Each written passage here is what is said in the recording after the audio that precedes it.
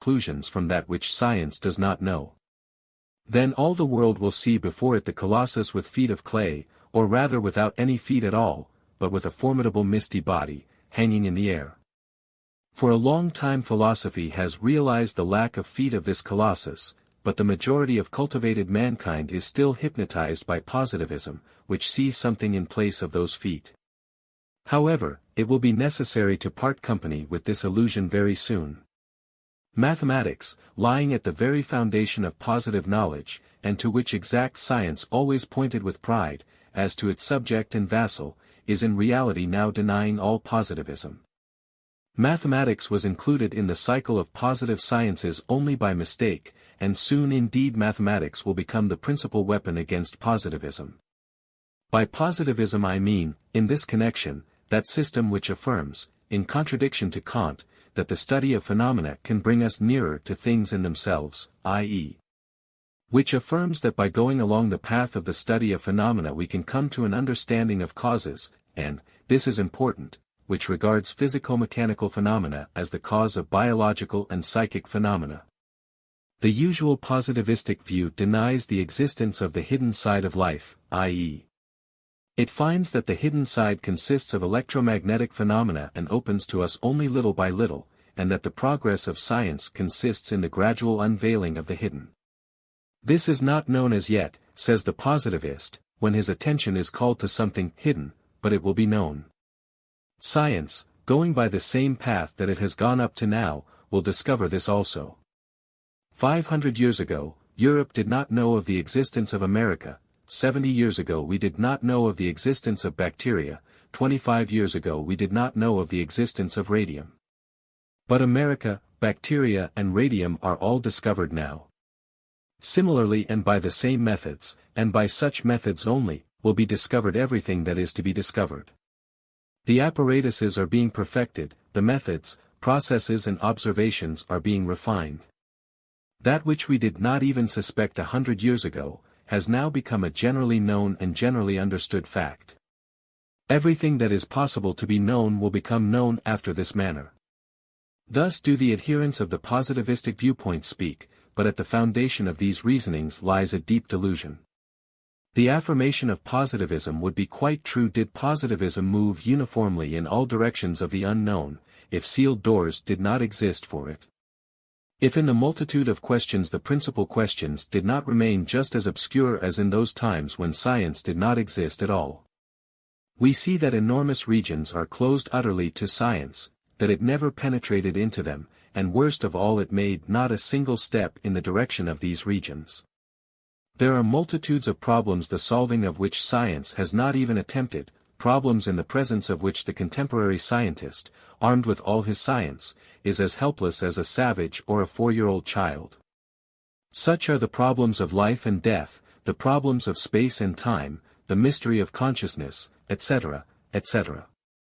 We all know this, and the only thing we can do is to try not to think about the existence of these problems, to forget about them. We do so as a rule, but this does not annihilate them.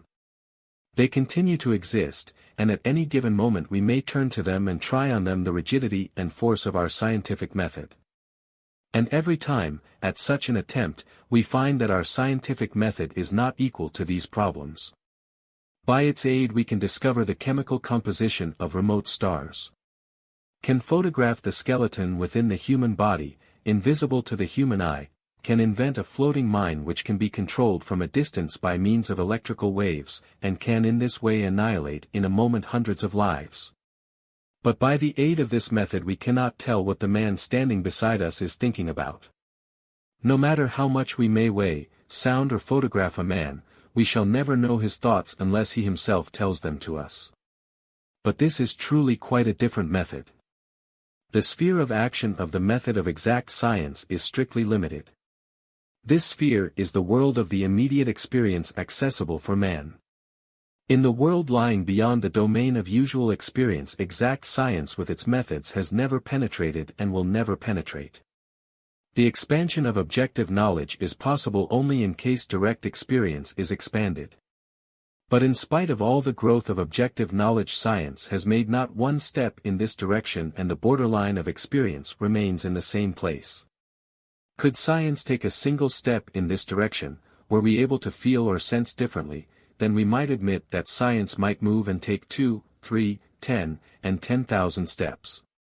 But it has taken not even one, and it is therefore reasonable to believe that it will never take it.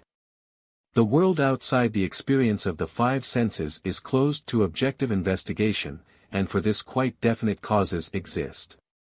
By no means everything that exists can be detected by any of five senses. Objective existence is a very narrowly defined form of existence, and does not by any means exhaust or comprehend existence as a whole. The mistake of positivism consists in the fact that it has recognized as really existing only that which exists objectively, and it has even begun to deny the very existence of all the rest. But what is objectivity? We can define it in this way, because of the properties of our receptivity, or because of the conditions under which our psyche works, we segregate a small number of facts into a definite group. This group of facts represents in itself the objective world, and is accessible to the investigation of science. But in no case does this group represent in itself everything that is existing. Extension in space and existence in time constitute the first condition of objective existence. And yet the forms of the extension of a thing in space, and those of its existence in time are created by the cognizing subject, and do not belong to the thing itself. Matter is first of all three-dimensional. This three-dimensionality is the form of our receptivity. Matter of four dimensions would imply a change in the form of our receptivity.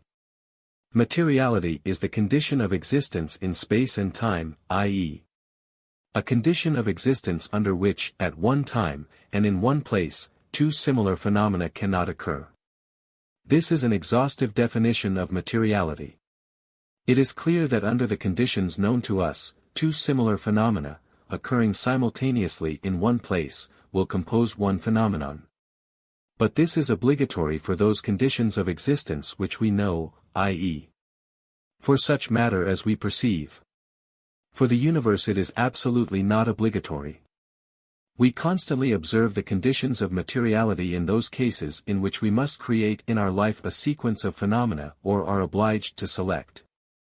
Because our matter does not permit us to juxtapose in a definite interval of time more than a certain number of phenomena.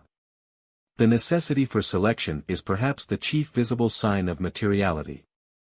Outside of matter, the necessity for selection is done away with, and if we imagine the life of a feeling being, independent of the conditions of materiality, such a being will be capable of possessing simultaneously such faculties as from our standpoint are incompatible, opposite, and eliminative of one another, the power of being in several places at the same time. To command different views, to perform opposite and mutually exclusive actions simultaneously. In speaking of matter it is necessary always to remember that matter is not a substance, but a condition. Suppose for example, that a man is blind. It is impossible to regard this blindness as a substance, it is a condition of the existence of a given man. Matter is some sort of blindness. Objective knowledge can grow infinitely, its progress depending on the perfection of its instruments and the refinement of its methods of observation and experiment. One thing only it cannot transcend, the limits of the three-dimensional sphere, i.e., the conditions of space and time, for the reason that objective knowledge is created under these conditions, and the conditions of the existence of the three-dimensional world are the conditions of its existence. Objective knowledge will always be subject to these conditions, for otherwise it would cease to exist. No apparatus, no instrument, will ever conquer these conditions, for should they conquer they would destroy themselves first of all. Perpetual motion, i.e., the violation of the fundamental laws of the three-dimensional world as we know it, would be the only victory over the three-dimensional world in the three-dimensional world itself. But it is necessary to remember that objective knowledge does not study facts, but only the perception of facts. In order that objective knowledge shall transcend the limits of the three-dimensional sphere, it is necessary that the conditions of perception shall change. As long as this does not happen, our objective knowledge is confined within the limits of an infinite three-dimensional sphere. It can proceed infinitely upon the radii of that sphere, but it will never penetrate into that region a section of which constitutes our three-dimensional world. Moreover, we know, from the preceding, that should our receptivity become more limited, then objective knowledge would be correspondingly limited also. It is impossible to convey to a dog the idea of the sphericality of the earth. To make it remember the weight of the sun and the distances between the planets is equally impossible. Its objective knowledge is vastly more personal than ours, and the cause of it lies in the dog's more limited psyche. Thus we see that objective knowledge depends upon the properties of the psyche. Indeed, between the objective knowledge of a savage and that of Herbert Spencer there is an enormous difference. But that of neither the one nor the other transcends the limit of the three-dimensional sphere, i.e., the limits of the conditional, the unreal. In order to transcend the three-dimensional sphere it is necessary to expand or change the forms of receptivity. Is the expansion of the limits of receptivity possible? The study of complex forms of consciousness assures us that it is possible. Plotinus, the famous Alexandrian philosopher, 3rd century, affirmed that for perfect knowledge the subject and object must be united, that the rational agent and the thing being comprehended must not be separate. For that which sees is itself the thing, which is seen. Select works of Plotinus. Bond's Library, page 271. Here it is indeed necessary to understand, to see, other than in a literal sense. The seeing changes with the changes of the state of consciousness in which it is proceeding. But what forms of consciousness exist? Hindu philosophy makes the division into 4 states of consciousness: sleep, dream, waking, and the state of absolute consciousness. Turiya.31, The Ancient Wisdom, Annie Besant. G.R.S. Mead, in the preface to Taylor's translation of Plotinus, Bond's Library, correlates the terminology of Shankaracharya, the leader of the Advaita Vedanta school of ancient India, with that of Plotinus. The first or spiritual state was ecstasy. From ecstasy it forgot itself into deep sleep, from profound sleep it awoke out of unconsciousness, but still within itself, into the internal world of dreams. From dreaming it passes finally into the thoroughly waking state, and the outer world of sense. Ecstasy is the term used by Plotinus. It is entirely identical with the term turiya of Hindu psychology. The consciousness, which is in a waking condition, is surrounded by what constitutes its sense organs and receptive apparatus in the phenomenal world. It differentiates the subjective from the objective, and differentiates its forms of perception from reality. It recognizes the phenomenal objective world as reality, and dreams as unreality, and includes along with it, as being unreal, the entire subjective world. Its vague sensation of real things, lying beyond that which is apprehended by the organs of sense, i.e. sensations of noumena, consciousness identifies as it were with dreams, with the unreal, imaginary, abstract, subjective, and regards phenomena as the only reality. Gradually convinced by reason of the unreality of phenomena, or inwardly sensing this unreality and the reality which lies behind, we free ourselves from the mirage of phenomena. We begin to understand that all the phenomenal world is in substance subjective also, that the great realities lie deeper down. Then a complete change takes place in consciousness in all its concepts about reality. That which before was regarded as real becomes unreal, and that which was regarded as unreal becomes real. 32. This transition into the absolute state of consciousness is union with divinity, vision of God, experiencing the kingdom of heaven, entering nirvana. All these expressions of mystical religions represent the psychological fact of the expansion of consciousness, such an expansion that the consciousness absorbs itself in the all. C. W. Leadbeater, in an essay, Some Notes on the Higher Planes. Nirvana, the Theosophist. July, 1910, writes. Sir Edwin Arnold wrote of that beatific condition, that the dewdrop slips into the shining sea. Those who have passed through that most marvelous of experiences know that, paradoxical as it may seem, the sensation is exactly the reverse, and that a far closer description would be that the ocean had somehow been poured into the drop. The consciousness, wide as the sea, with its center everywhere and its circumference nowhere, is a great and glorious fact. But when a man attains it, it seems to him that his consciousness has widened to take in all that, not that he is merged into something else.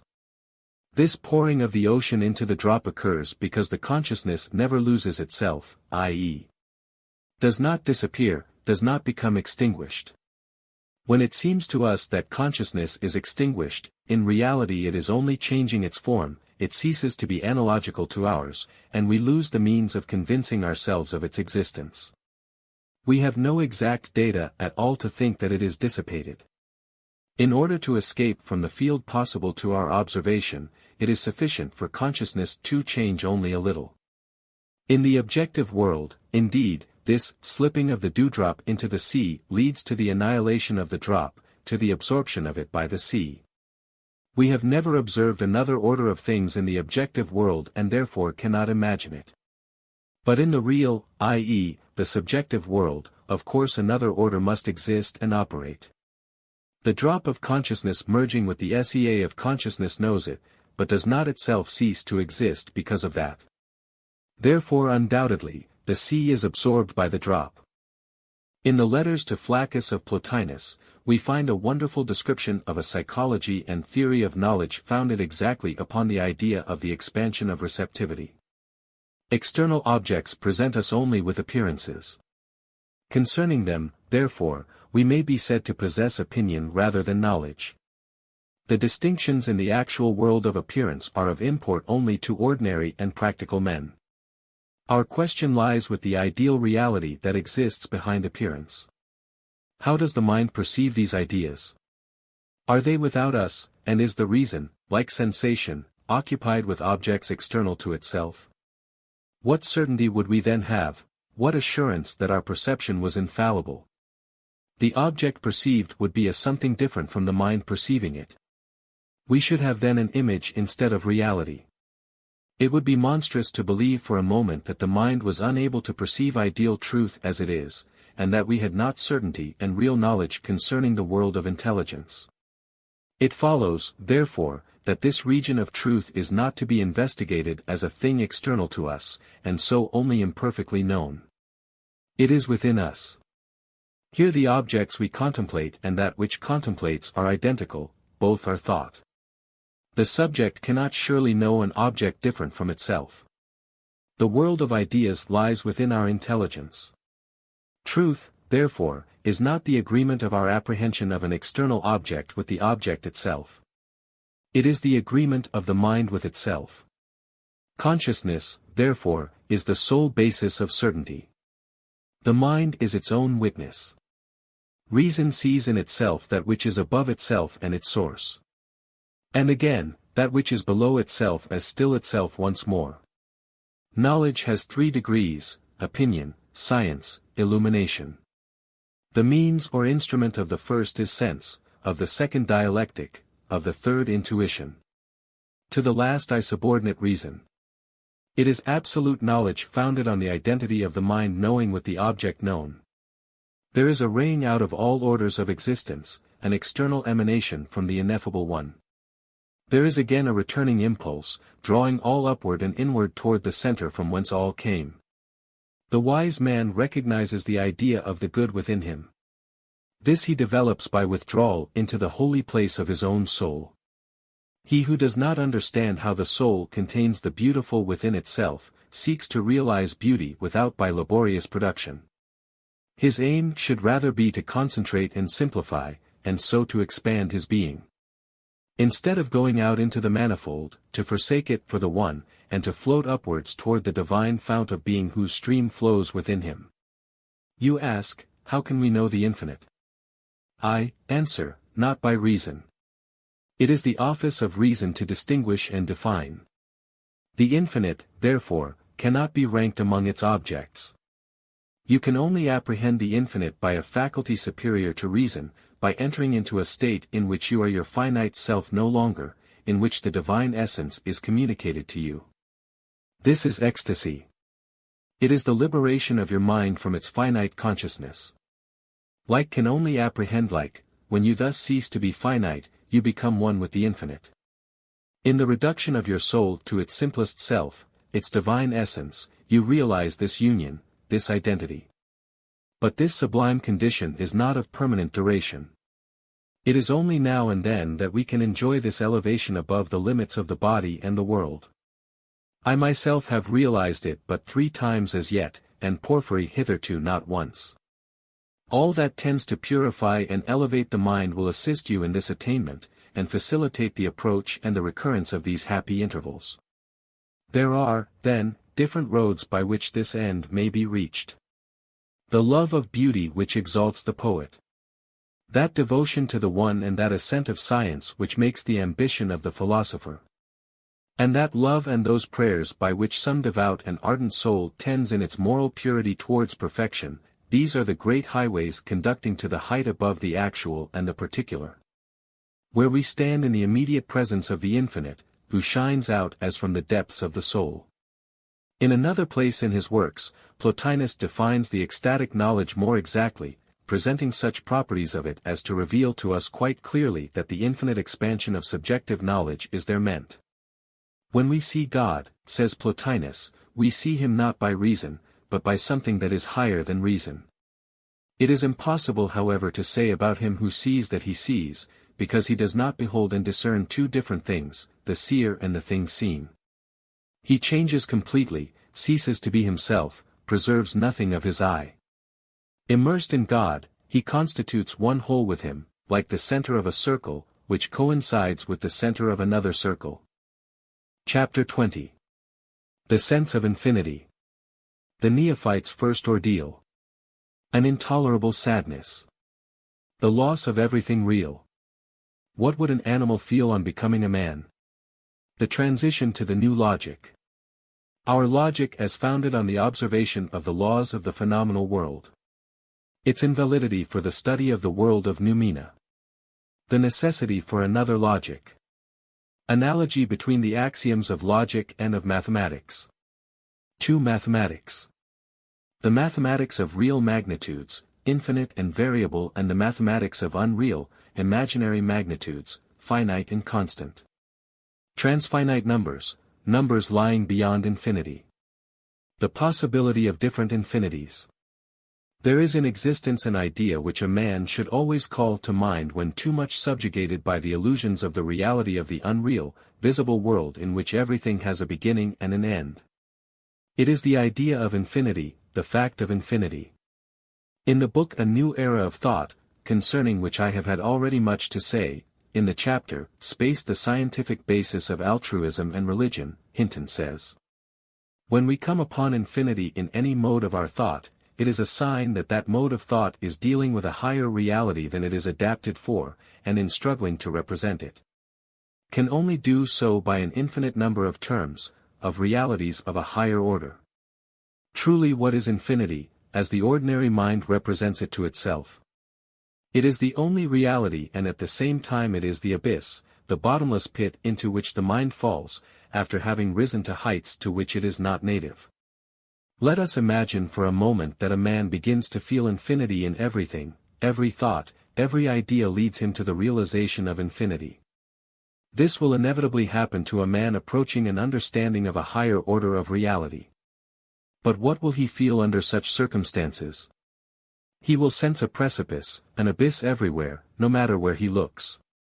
And experience indeed an incredible horror, fear and sadness, until this fear and sadness shall transform themselves into the joy of the sensing of a new reality. An intolerable sadness is the very first experience of the neophyte in occultism, says the author of Light on the Path. We have already examined into the manner in which a two-dimensional being might approach to a comprehension of the third dimension. But we have never asked ourselves the question, what would it feel, beginning to sense the third dimension, beginning to be conscious of a new world environing it? First of all, it would feel astonishment and fright approaching horror. Because in order to find the new world it must lose the old one. Let us imagine the predicament of an animal in which flashes of human understanding have begun to appear. What will it sense first of all? First of all, that its old world, the world of the animal, its comfortable, habitual world, the one in which it was born, to which it has become accustomed, and which it imagines to be the only real one, is crumbling away and falling all around it. Everything that before seemed real, becomes false, delusive, fantastic, unreal. The impression of the unreality of all its environment will be very strong. Until such a being shall learn to comprehend the reality of another, higher order, until it shall understand that behind the crumbling old world one infinitely more beautiful and new is opening up, considerable time will necessarily pass. And during all this time, a being in whom this new consciousness is in process of unfoldment must pass from one abyss of despair to another, from one negation to another. It must repudiate everything around itself. Only by the repudiation of everything will the possibility of entering into a new life be realized.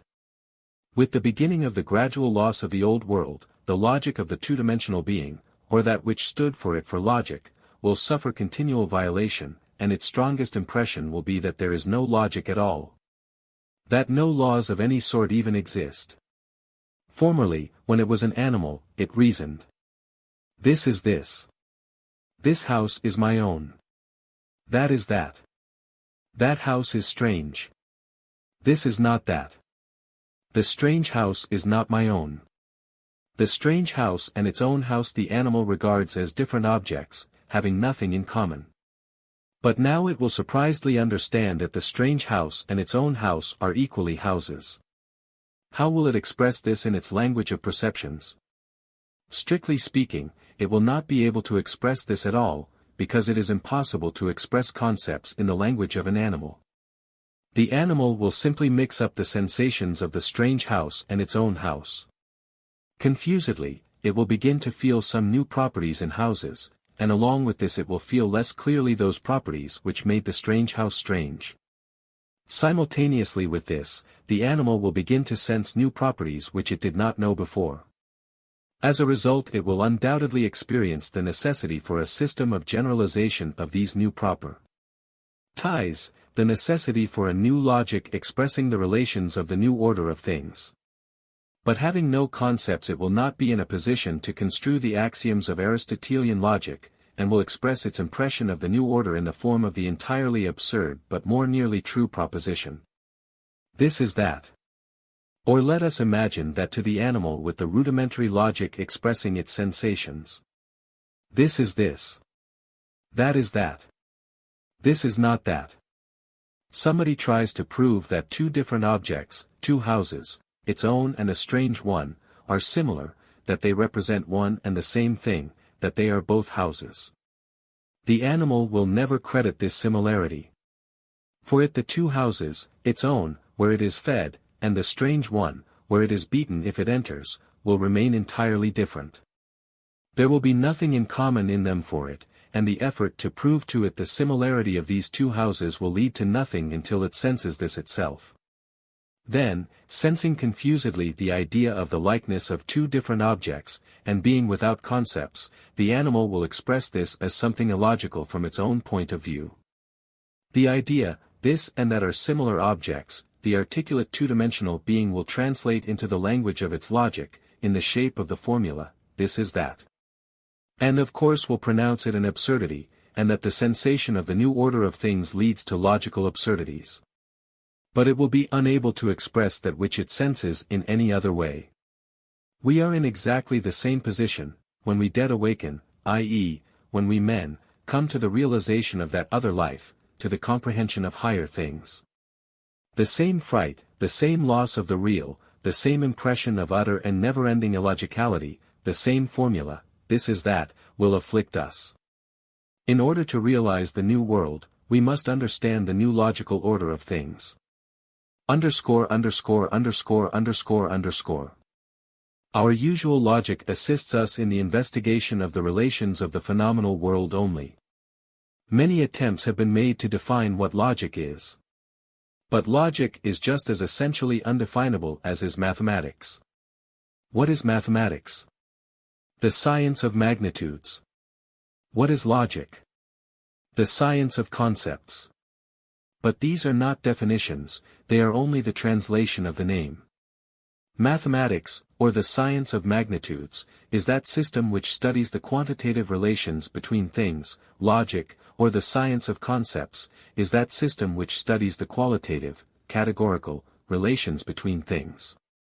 Logic has been built up quite in the same way as mathematics. As with logic, so also with mathematics, at least the generally known mathematics of finite and constant quantities, both were deduced by us from the observation of the phenomena of our world. Generalizing our observations, we gradually discovered those relations which we called the fundamental laws of the world. In logic, these fundamental laws are included in the axioms of Aristotle and of Bacon. A is A. That which was A will be A. A is not A. That which was not A will be not A. Everything is either A or not A. Everything will be either A or not A. The logic of Aristotle and Bacon, developed and supplemented by their many followers, deals with concepts only. Logos, the word, is the object of logic. An idea, in order to become the object of logical reasoning, in order to be subjected to the laws of logic, must be expressed in a word. That which cannot be expressed in a word cannot enter into a logical system. Moreover, a word can enter into a logical system, can be subjected to logical laws, only as a concept. At the same time, we know very well that not everything can be expressed in words. In our life and in our feelings there is much that cannot be expressed in concepts. Thus it is clear that even at the present moment, at the present stage of our development, not everything can be entirely logical for us. There are many things which in their substance are outside of logic altogether. This includes the entire region of feelings, emotions, religion. All art is just one entire illogicality, and as we shall presently see, mathematics, the most exact of sciences, is entirely illogical. If we compare the axioms of the logic of Aristotle and of Bacon with the axioms of mathematics as it is commonly known, we find between them complete similarity. The axioms of logic. A is A. A is not A. Everything is either A or not A. Fully correspond to the fundamental axioms of mathematics, to the axioms of identity and difference. Every magnitude is equal to itself. The part is less than the whole. Two magnitudes, equal separately to a third, are equal to each other, etc. The similarity between the axioms of mathematics and those of logic extends very far, and this permits us to draw a conclusion about their similar origin. The laws of mathematics and of logic are the laws of the reflection of the phenomenal world in our receptivity and in our reasoning faculty. Just as the axioms of logic can deal with concepts only, and are related solely to them, so the axioms of mathematics apply to finite and constant magnitudes only, and are related solely to them. These axioms are untrue in relation to infinite and variable magnitudes, just as the axioms of logic are untrue even in relation to emotions, to symbols, to the musicality and the hidden meaning of words. To say nothing of those ideas which cannot be expressed in words. What does this mean? It means that the axioms of logic and of mathematics are deduced by us from the observation of phenomena, i.e., of the phenomenal world, and represent in themselves a certain conditional incorrectness, which is necessary for the knowledge of the unreal, subjective, world, in the true meaning of that word.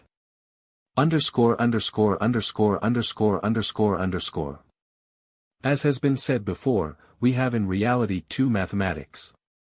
1. The mathematics of finite and constant numbers, represents a quite artificial construction for the solution of problems based on conditional data. The chief of these conditional data consists in the fact that in problems of this mathematics there is always taken the T of the universe only, i.e., one section only of the universe is taken, which section is never taken in conjunction with another one. This mathematics of finite and constant magnitude studies an artificial universe, and is in itself something especially created on the basis of our observation of phenomena, and serves for the simplification of these observations. Beyond phenomena the mathematics of finite and constant numbers cannot go. It is dealing with an imaginary world, with imaginary magnitudes. The practical results of those applied sciences which are built upon mathematical science should not confuse the observer, because these are merely the solutions of problems in definite artificial conditions. The other, the mathematics of infinite and variable magnitudes, represents something entirely real, built upon the reasonings in regard to a real world. The first is related to the world of phenomena, which represents in itself nothing other than our incorrect apprehension and perception of the world. The second is related to the world of noumena, which represents in itself the world as it is. The first is unreal, it exists in our consciousness, in our imagination. The second is real, it expresses the relations of a real world.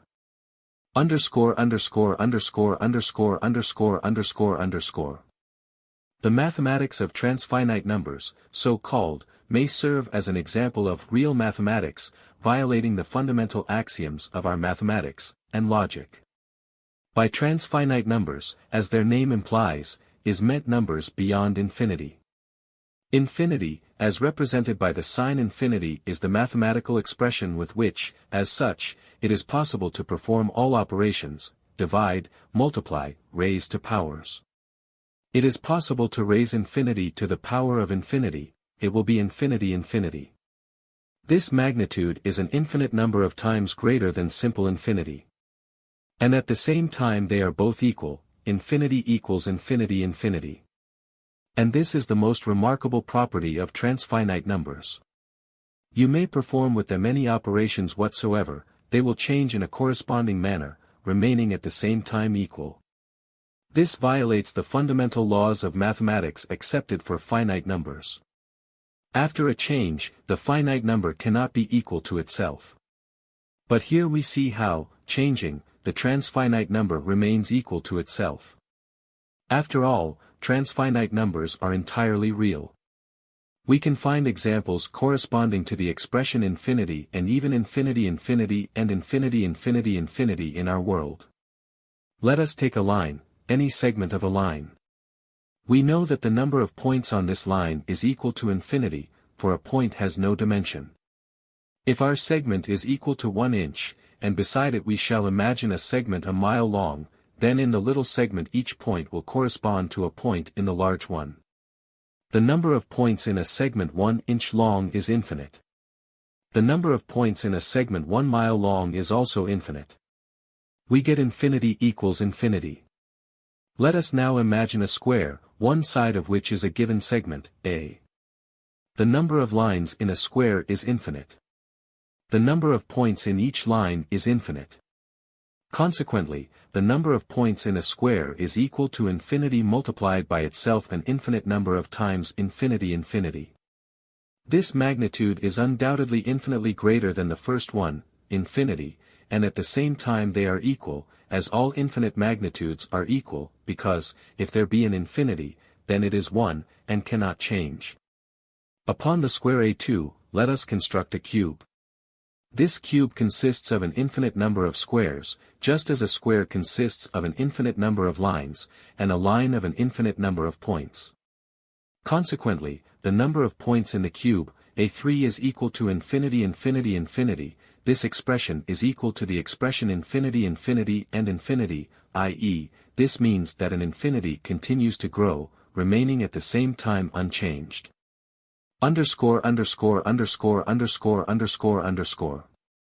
Thus in transfinite numbers, we see that two magnitudes equal separately to a third, can be not equal to each other. Generally speaking, we see that the fundamental axioms of our mathematics do not work there, are not there valid. We have therefore a full right to establish the law, that the fundamental axioms of mathematics enumerated above are not applicable to transfinite numbers, but are applicable and valid only for finite numbers. We may also say that the fundamental axioms of our mathematics are valid for constant magnitudes only. Or in other words, they demand unity of time and unity of place. That is, each magnitude is equal to itself at a given moment. But if we take a magnitude which varies, and take it in different moments, then it will not be equal to itself. Of course, we may say that changing, it becomes another magnitude, that it is a given magnitude only so long as it does not change. But this is precisely the thing that I am talking about. The axioms of our usual mathematics are applicable to finite and constant magnitudes only. Thus, quite in opposition to the usual view, we must admit that the mathematics of finite and constant magnitudes is unreal, i.e., that it deals with the unreal relations of unreal magnitudes. While the mathematics of infinite and fluent magnitudes is real, i.e., that it deals with the real relations of real magnitudes. Truly, the greatest magnitudes of the first mathematics has no dimension whatever, it is equal to zero, or a point, in comparison with any magnitude of the second mathematics, all magnitudes of which, despite their diversity, are equal among themselves. Thus both here, as in logic, the axioms of the new mathematics appear as absurdities. A magnitude can be not equal to itself. A part can be equal to the whole, or it can be greater than the whole. One of two equal magnitudes can be infinitely greater than another. All different magnitudes are equal among themselves. A complete analogy is observed between the axioms of mathematics and those of logic. The logical unit, a concept, possesses all the properties of a finite and constant magnitude. The fundamental axioms of mathematics and logic are essentially one and the same. They are correct under the same conditions, and under the same conditions they cease to be correct. Without any exaggeration, we may say that the fundamental axioms of mathematics and of logic are correct only just as long as mathematics and logic deal with magnitudes which are artificial, conditional, and which do not exist in nature. The truth is that in nature there are no finite, constant magnitudes, just as also there are no concepts. The finite, constant magnitude, and the concept are conditional abstractions, not reality, but merely the sections of reality, so to speak. How shall we reconcile the idea of the absence of constant magnitudes with the idea of an immobile universe? At first sight one appears to contradict the other. But in reality this contradiction does not exist. Not this universe is immobile, but the greater universe, the world of many dimensions, of which we know that perpetually moving section called the three-dimensional infinite sphere. Moreover, the very concepts of motion and immobility need revision, because, as we usually understand them with the aid of our reason, they do not correspond to reality. Already we have analyzed in detail how the idea of motion follows from our time sense, i.e., from the imperfection of our space sense. Were our space sense more perfect in relation to any given object, say to the body of a given man, we could embrace all his life in time, from birth to death. Then within the limits of this embrace that life would be for us a constant magnitude. But now, at every given moment of it, it is for us not a constant but a variable magnitude. That which we call a body does not exist in reality. It is only the section of that four-dimensional body that we never see. We ought always to remember that our entire three-dimensional world does not exist in reality. It is a creation of our imperfect senses, the result of their imperfection. This is not the world but merely that which we see of the world. The three-dimensional world, this is the four-dimensional world observed through the narrow slit of our senses. Therefore all magnitudes which we regard as such in the three-dimensional world are not real magnitudes, but merely artificially assumed. They do not exist really, in the same way as the present does not exist really. This has been dwelt upon before. By the present we designate the transition from the future into the past. But this transition has no extension. Therefore the present does not exist. Only the future and the past exist. Thus constant magnitudes in the three-dimensional world are only abstractions, just as motion in the three-dimensional world is, in substance, an abstraction. In the three-dimensional world there is no change, no motion. In order to think motion, we already need the four-dimensional world. The three-dimensional world does not exist in reality, or it exists only during one ideal moment. In the next ideal moment there already exists another three-dimensional world. Therefore the magnitude A in the following moment is already not A, but B, in the next C, and so forth to infinity.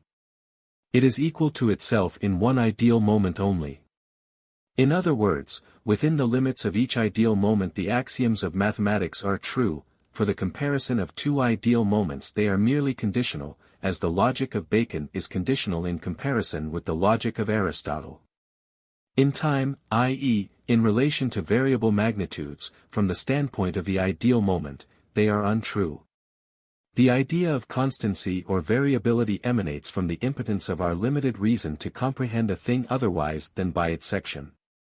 If we would comprehend a thing in 4 dimensions, let us say a human body from birth to death, then it will be the whole and constant body, the section of which we call a changing in time human body.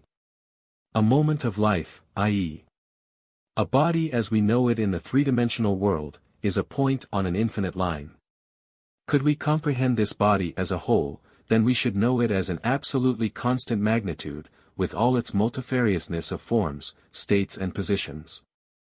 But then to this constant magnitude the axioms of our mathematics and logic would be inapplicable, because it would be an infinite magnitude. We cannot comprehend this infinite magnitude. We comprehend always its sections only. And our mathematics and logic are related to this imaginary section of the universe. Chapter 21. Man's transition to a higher logic. The necessity for rejecting everything real. Poverty of the spirit. The recognition of the infinite alone as real. Laws of the infinite.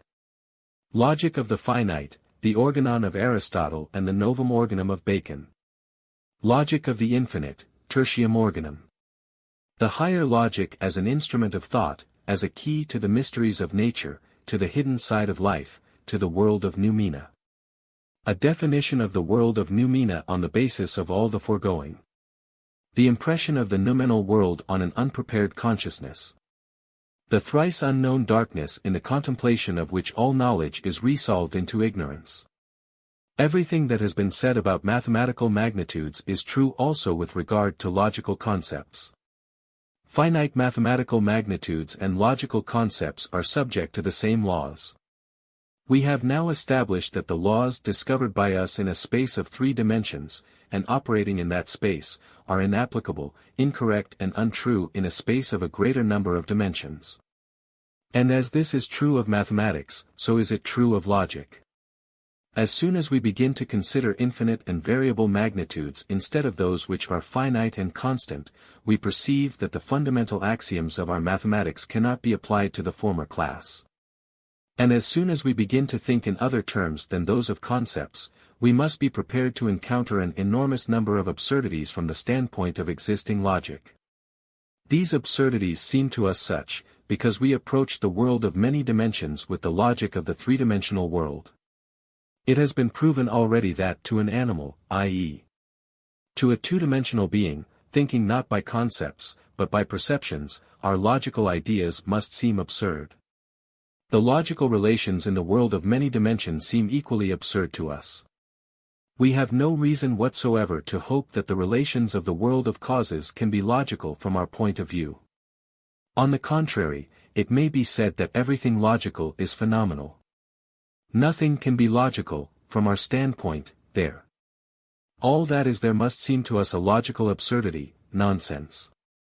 We must remember that it is impossible to penetrate there with our logic.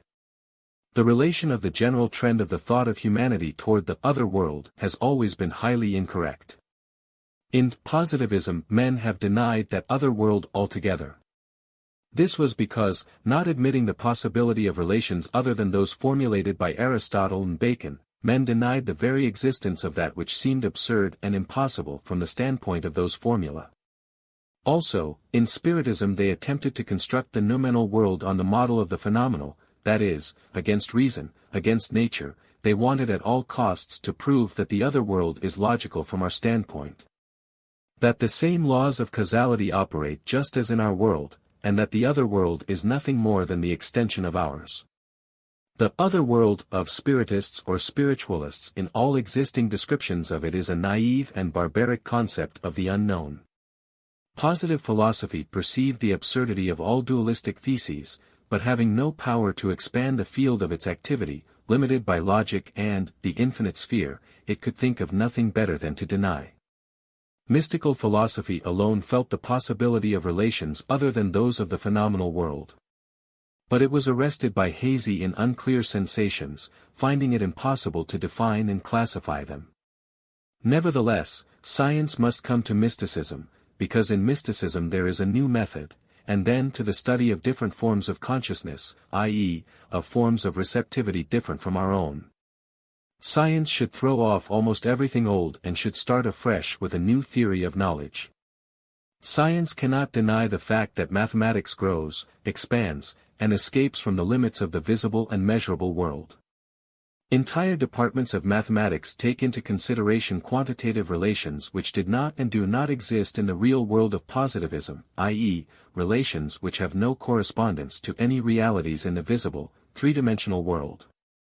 But there cannot be any mathematical relations to which the relation of some realities would not correspond.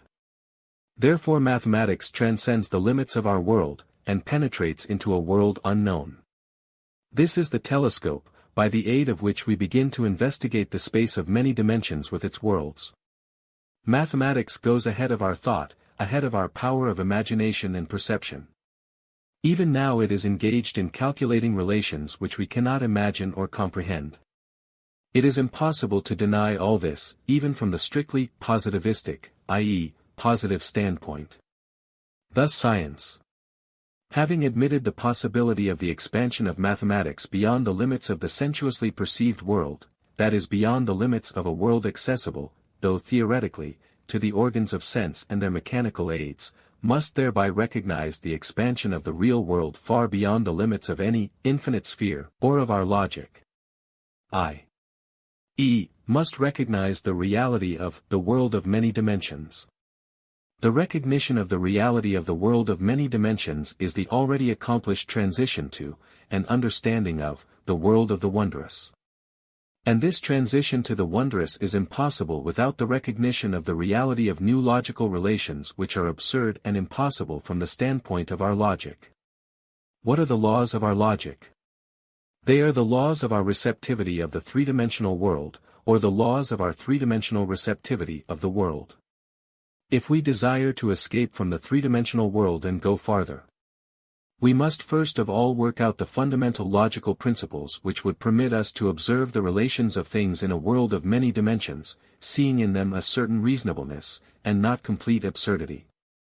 If we enter there armed only with the principles of the logic of the three-dimensional world, these principles will drag us back, will not give us a chance to rise from the earth. First of all we must throw off the chains of our logic. This is the first, the great, the chief liberation toward which humanity must strive. Man, throwing off the chains of three-dimensional logic, has already penetrated, in thought, into another world. And not only is this transition possible, but it is accomplished constantly. Although unhappily we are not entirely conscious of our rights in another world, and often sacrifice these rights, regarding ourselves as limited to this earthly world, paths nevertheless exist. Poetry, mysticism, the idealistic philosophy of all ages and peoples, preserve the traces of such transitions.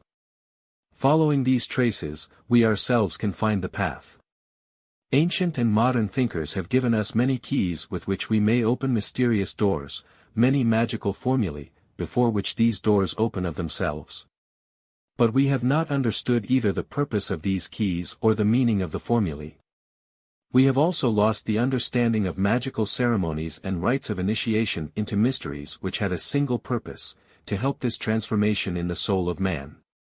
Therefore the doors remained closed, and we even denied that there was anything whatever behind them. Or, suspecting the existence of another world, we regarded it as similar to ours, and separate from ours. And tried to penetrate there unconscious of the fact that the chief obstacle in our path was our own division of the world into this world and that. The world is one, only the ways of knowing it are different, and with imperfect methods of knowledge it is impossible to penetrate into that which is accessible to perfect methods only. All attempts to penetrate mentally into that higher, noumenal world, or world of causes, by means of the logic of the phenomenal world, if they did not fail altogether, or did not lead to castles in the air, gave only one result: in becoming conscious of a new order of things, a man lost the sense of the reality of the old order. The visible world began to seem to him fantastic and unreal, everything all about him was disappearing, was vanishing like smoke, leaving a dreadful feeling of illusion. In everything he felt the abyss of infinity, and everything was plunging into the abyss. This sense of the infinite is the first and most terrible trial before initiation. Nothing exists. A little miserable soul feels itself suspended in an infinite void. Then even this void disappears. Nothing exists. There is only infinity, a constant and continuous division and dissolution of everything. The mystical literature of all peoples abounds in references to this sensation of darkness and emptiness. Such was that mysterious deity of the ancient Egyptians, about which there exists a story in the Orpheus myth, in which it is described as a thrice unknown darkness in contemplation of which all knowledge is resolved into ignorance. 33. This means that man must have felt horror transcending all limits as he approached the world of causes with the knowledge of the world of phenomena only, his instrument of logic having proved useless, because all the new eluded him. In the new as yet he sensed chaos only, the old had disappeared, gone away and become unreal. Horror and regret for the loss of the old mingled with horror of the new, unknown and terrible by its infinitude. At this stage man experiences the same thing that an animal, becoming a man, would feel. Having looked into a new world for an instant, it is attracted by the life left behind. The world which it saw only for an instant seems but a dream, a vision, the creation of imagination, but the familiar old world, too, is never thereafter the same, it is too narrow, in it there is not sufficient room. The awakening consciousness can no longer live the free life of the beast. Already it knows something different, it hears some voices, even though the body holds it. And the animal does not know where or how it can escape from the body or from itself. A man on the threshold of a new world experiences literally the same thing. He has heard celestial harmonies, and the wearisome songs of earth touch him no longer, nor do they move him, or if they touch and move him it is because they remind him of celestial harmonies, of the inaccessible, of the unknown. He has experienced the sensation of an unusual expansion of consciousness, when everything was clear to him for a moment, and he cannot reconcile himself to the sluggish earthly work of the brain. These moments of the sensation of infinity are accompanied by unusual emotions. In theosophical literature, and in books on occultism, it is often asserted that on entering into the astral world, man begins to see new colors, colors which are not in the solar spectrum. 34 In this symbolism of the new colors of the astral sphere is conveyed the idea of those new emotions which man begins to feel along with the sensation of the expansion of consciousness, of the sea pouring into the drop. This is the strange bliss of which mystics speak, the heavenly light, which saints see, the new sensations experienced by poets. Even conversational psychology identifies ecstasy with entirely unusual sensations, inaccessible and unknown to man in the life of every day. This sensation of light and of unlimited joy is experienced at the moment of the expansion of consciousness, the unfoldment of the mystical lotus of the Hindu yogi, at the moment of the sensation of infinity. And it yields also the sensation of darkness and of unlimited horror. What does this mean? Now shall we reconcile the sensation of light with the sensation of darkness, the sensation of joy with that of horror? Can these exist simultaneously? Do they occur simultaneously? They do so occur, and must be exactly thus. Mystical literature gives us examples of it. The simultaneous sensations of light and darkness, joy and horror, symbolize as it were the strange duality and contradiction of human life. It may happen to a man of dual nature, who following one side of his nature has been led far into spirit, and on the other side is deeply immersed in matter, i.e. in illusion, in unreality, to one who believes too much in the reality of the unreal. Generally speaking, the sensation of light, of life, of consciousness penetrating all, of happiness, gives a new world. But the same world to the unprepared mind will give the sensation of infinite darkness and horror. In this case the sensation of horror will arise from the loss of everything real, from the disappearance of this world. In order not to experience the horror of the new world, it is necessary to know it beforehand, either emotionally, by faith or love, or intellectually, by reason. And in order not to experience horror from the loss of the old world, it is necessary to have renounced it voluntarily either through faith or reason.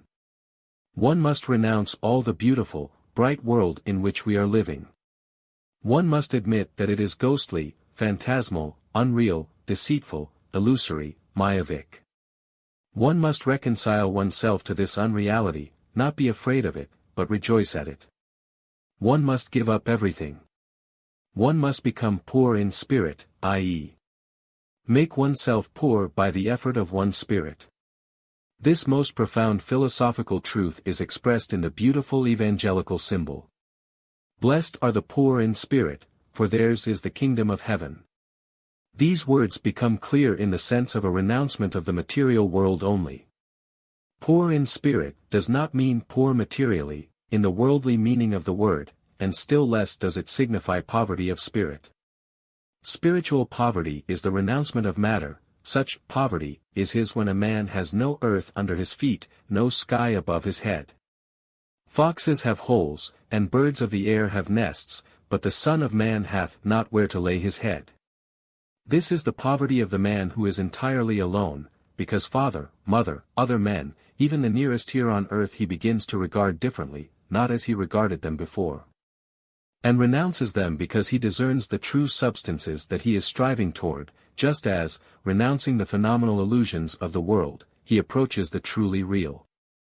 The moment of transition, that terrible moment of the loss of the old and the unfoldment of the new, has been represented in innumerable allegories in ancient literature. To make this transition easy was the purpose of the mysteries. In India, in Egypt, in Greece, special preparatory rituals existed, sometimes merely symbolical, sometimes real, which actually brought a soul to the very portals of the new world, and opened these portals at the moment of initiation.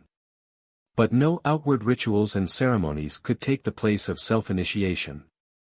The great work must have been going on inside the soul and mind of man.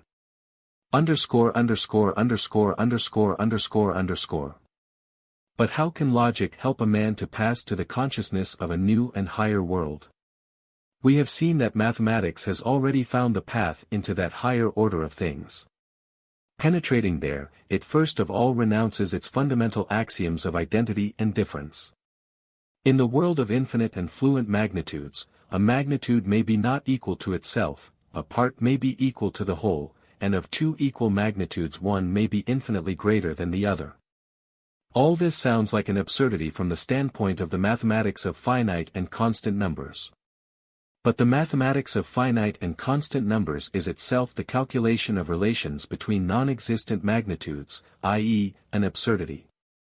And therefore only that which from the standpoint of this mathematics seems an absurdity, can be the truth. Logic now goes along the same path.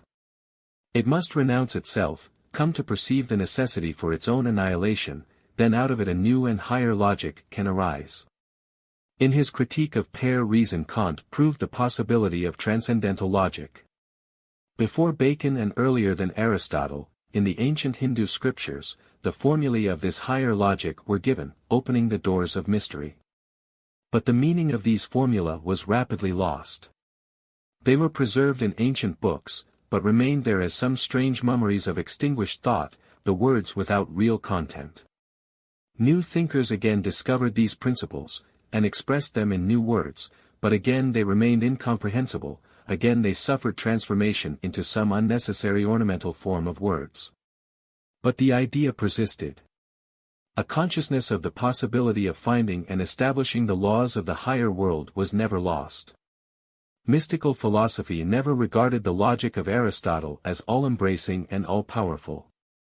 It built its system outside of logic or above logic, unconsciously going along those paths of thought paved in remote antiquity.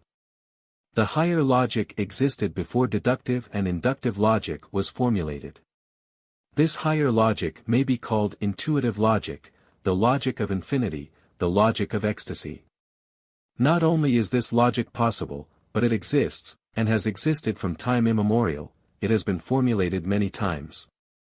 It has entered into philosophical systems as their key, but for some strange reason has not been recognized as logic. It is possible to deduce the system of this logic from many philosophical systems.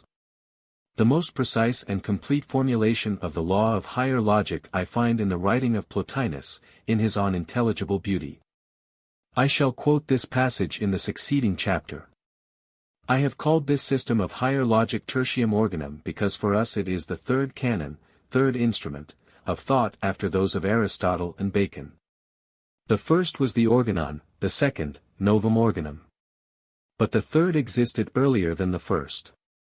Man, master of this instrument, of this key, may open the door of the world of causes without fear. The axioms which Tertium organum embraces cannot be formulated in our language. If we attempt to formulate them in spite of this, they will produce the impression of absurdities. Taking the axioms of Aristotle as a model, we may express the principal axiom of the new logic in our poor earthly language in the following manner. A is both A and not A. Or, everything is both A and not A. Or, everything is all. But these axioms are in effect absolutely impossible. They are not the axioms of higher logic, they are merely attempts to express the axioms of this logic in concepts. In reality the ideas of higher logic are inexpressible in concepts. When we encounter such an inexpressibility it means that we have touched the world of causes. The logical formula, A is both A and not A, corresponds to the mathematical formula, a magnitude can be greater or less than itself. The absurdity of both these propositions shows that they cannot refer to our world. Of course absurdity, as such, is indeed not an index of the attributes of noumena, but the attributes of noumena will certainly be expressed in what are absurdities to us. To hope to find in the world of causes anything logical from our standpoint is just as useless as to think that the world of things can exist in accordance with the laws of a world of shadows or stereometry according to the laws of planimetry. To master the fundamental principles of higher logic means to master the fundamentals of the understanding of a space of higher dimensions, or of the world of the wondrous. In order to approach to a clear understanding of the relations of the multidimensional world, we must free ourselves from all the idols of our world, as Bacon calls them, i.e., from all obstacles to correct receptivity in reasoning. Then we shall have taken the most important step toward an inner affinity with the world of the wondrous.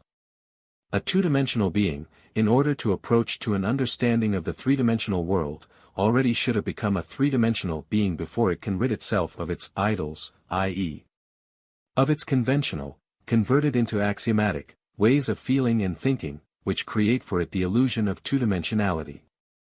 What is it exactly from which the two-dimensional being must liberate itself? First of all, and most important, from the assurance that that which it sees and senses really exists. From this will come the consciousness of the incorrectness of its perception of the world, and then the idea that the real, new world must exist in quite other forms, new, incomparable, incommensurable with relation to the old ones. Then the two-dimensional being must overcome its sureness of the correctness of its categories. It must understand that things which seem to it different and separate from one another may be parts of some to it incomprehensible whole, or that they have much in common which it does not perceive. And that things which seem to it one and indivisible are in reality infinitely complex and multifarious. The mental growth of the two-dimensional being must proceed along the path of the recognition of those common properties of objects, unknown to it before, which are the result of their similar origin or similar functions. Incomprehensible from the point of view of a plane. When once the two-dimensional being has admitted the possibility of the existence of hitherto unknown common properties of objects, which before seemed different, then it has already approached to our own understanding of the world. It has approached to our logic, has begun to understand the collective name, i.e., a word used not as a proper noun, but as an appellate noun, a word expressing a concept. The idols of the two-dimensional being, hindering the development of its consciousness, are those proper nouns, which it has itself given to all the objects surrounding it.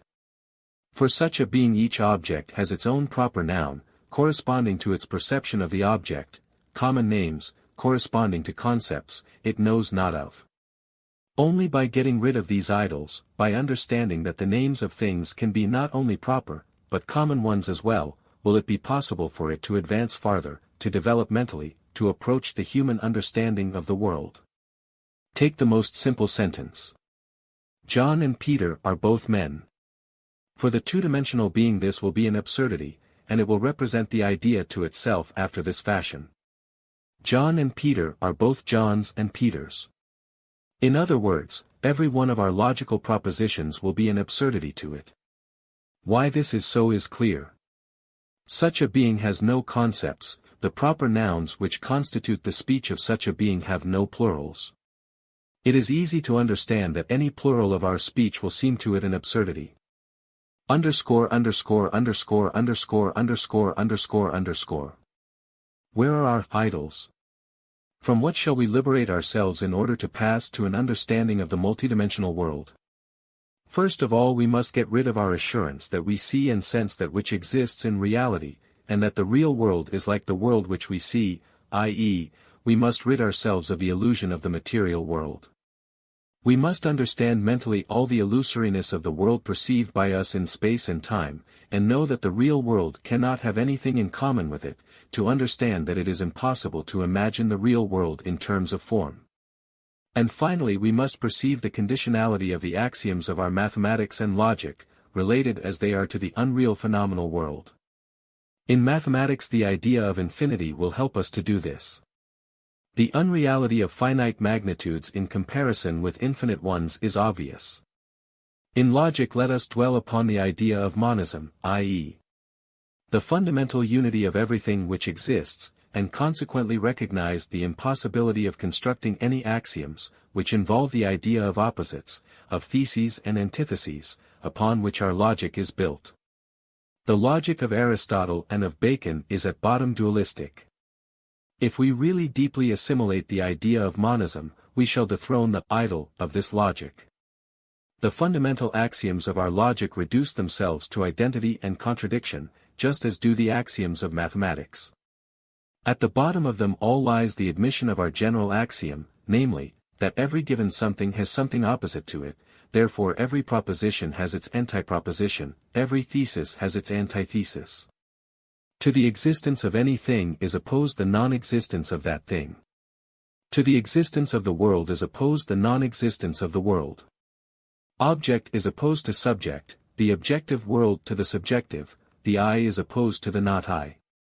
To motion, immobility, to variability, constancy, to unity, heterogeneity, to truth, falsehood, to good, evil. And in conclusion, to every A in general is opposed not A. The recognition of the reality of these divisions is necessary for the acceptance of the fundamental axioms of the logic of Aristotle and Bacon, i.e., the absolute and incontestable recognition of the duality of the world, of dualism. The recognition of the unreality of these divisions and that of the unity of all opposites is necessary for the comprehension of higher logic.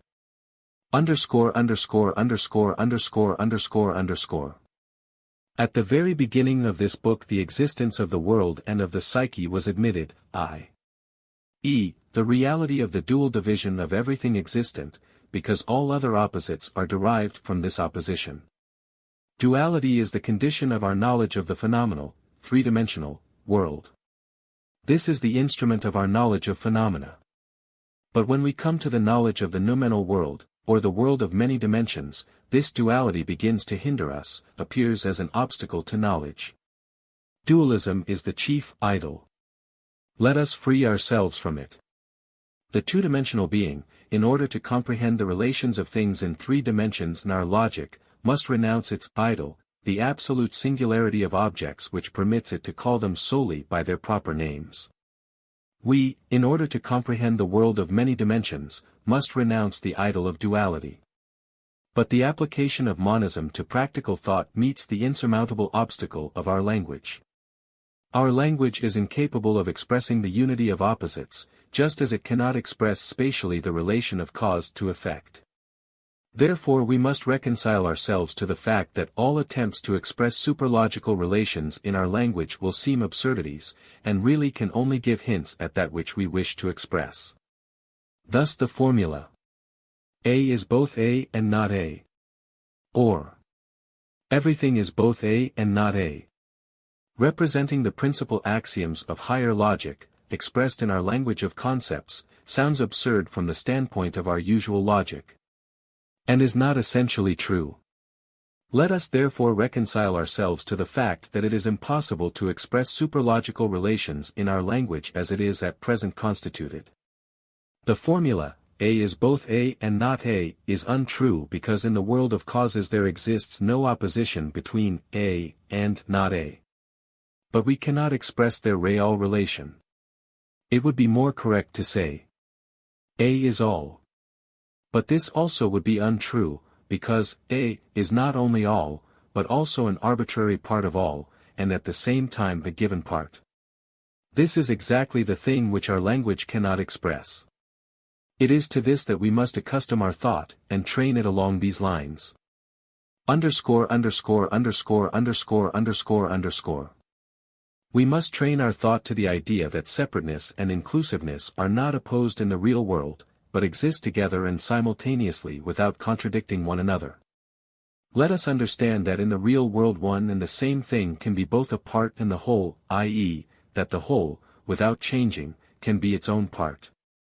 Understand that there are no opposites in general, that everything is a certain image of all.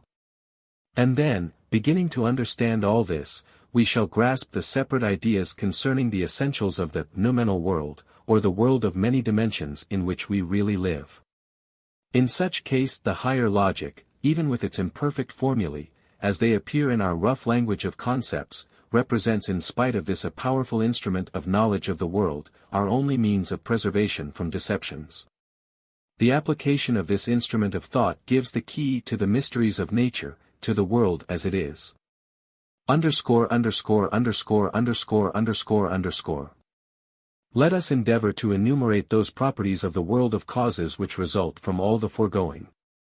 It is first of all necessary to reiterate that it is impossible to express in words the properties of the world of causes.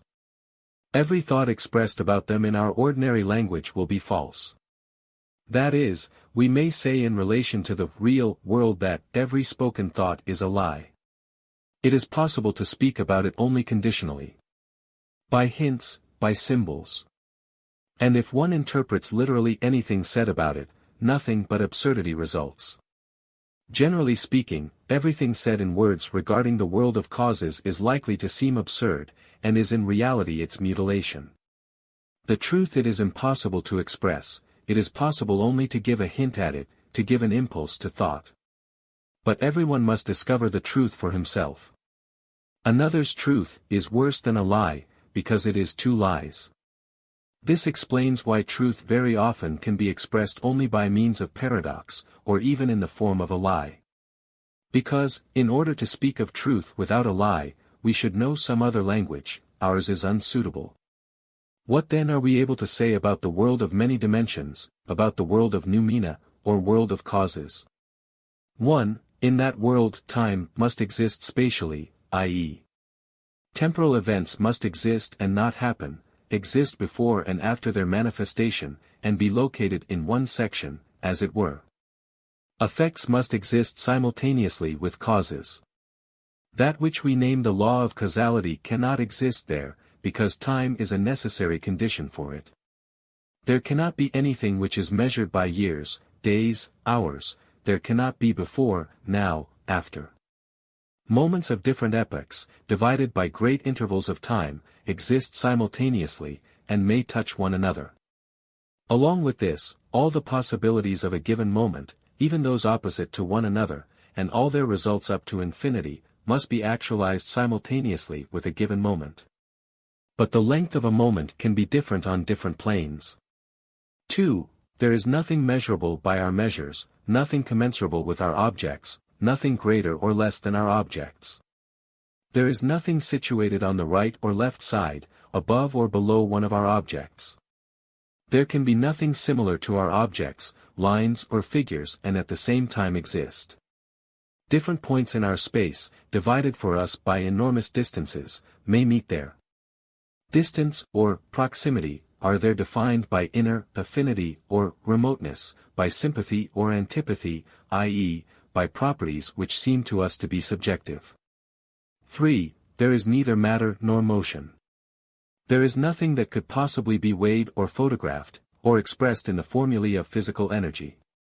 There is nothing which has form, color, or odor, nothing possessing the properties of physical bodies.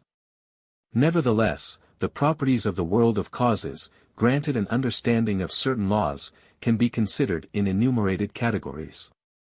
4. There is nothing dead or unconscious. Everything lives, everything breathes, thinks, feels. Everything is conscious, and everything speaks. 5. In that world the axioms of our mathematics cannot be applied, because there is nothing finite. Everything there is infinite and, from our standpoint, variable. 6. The laws of our logic cannot act there. From the standpoint of our logic, that world is illogical. This is the realm the laws of which are expressed in tertium organum.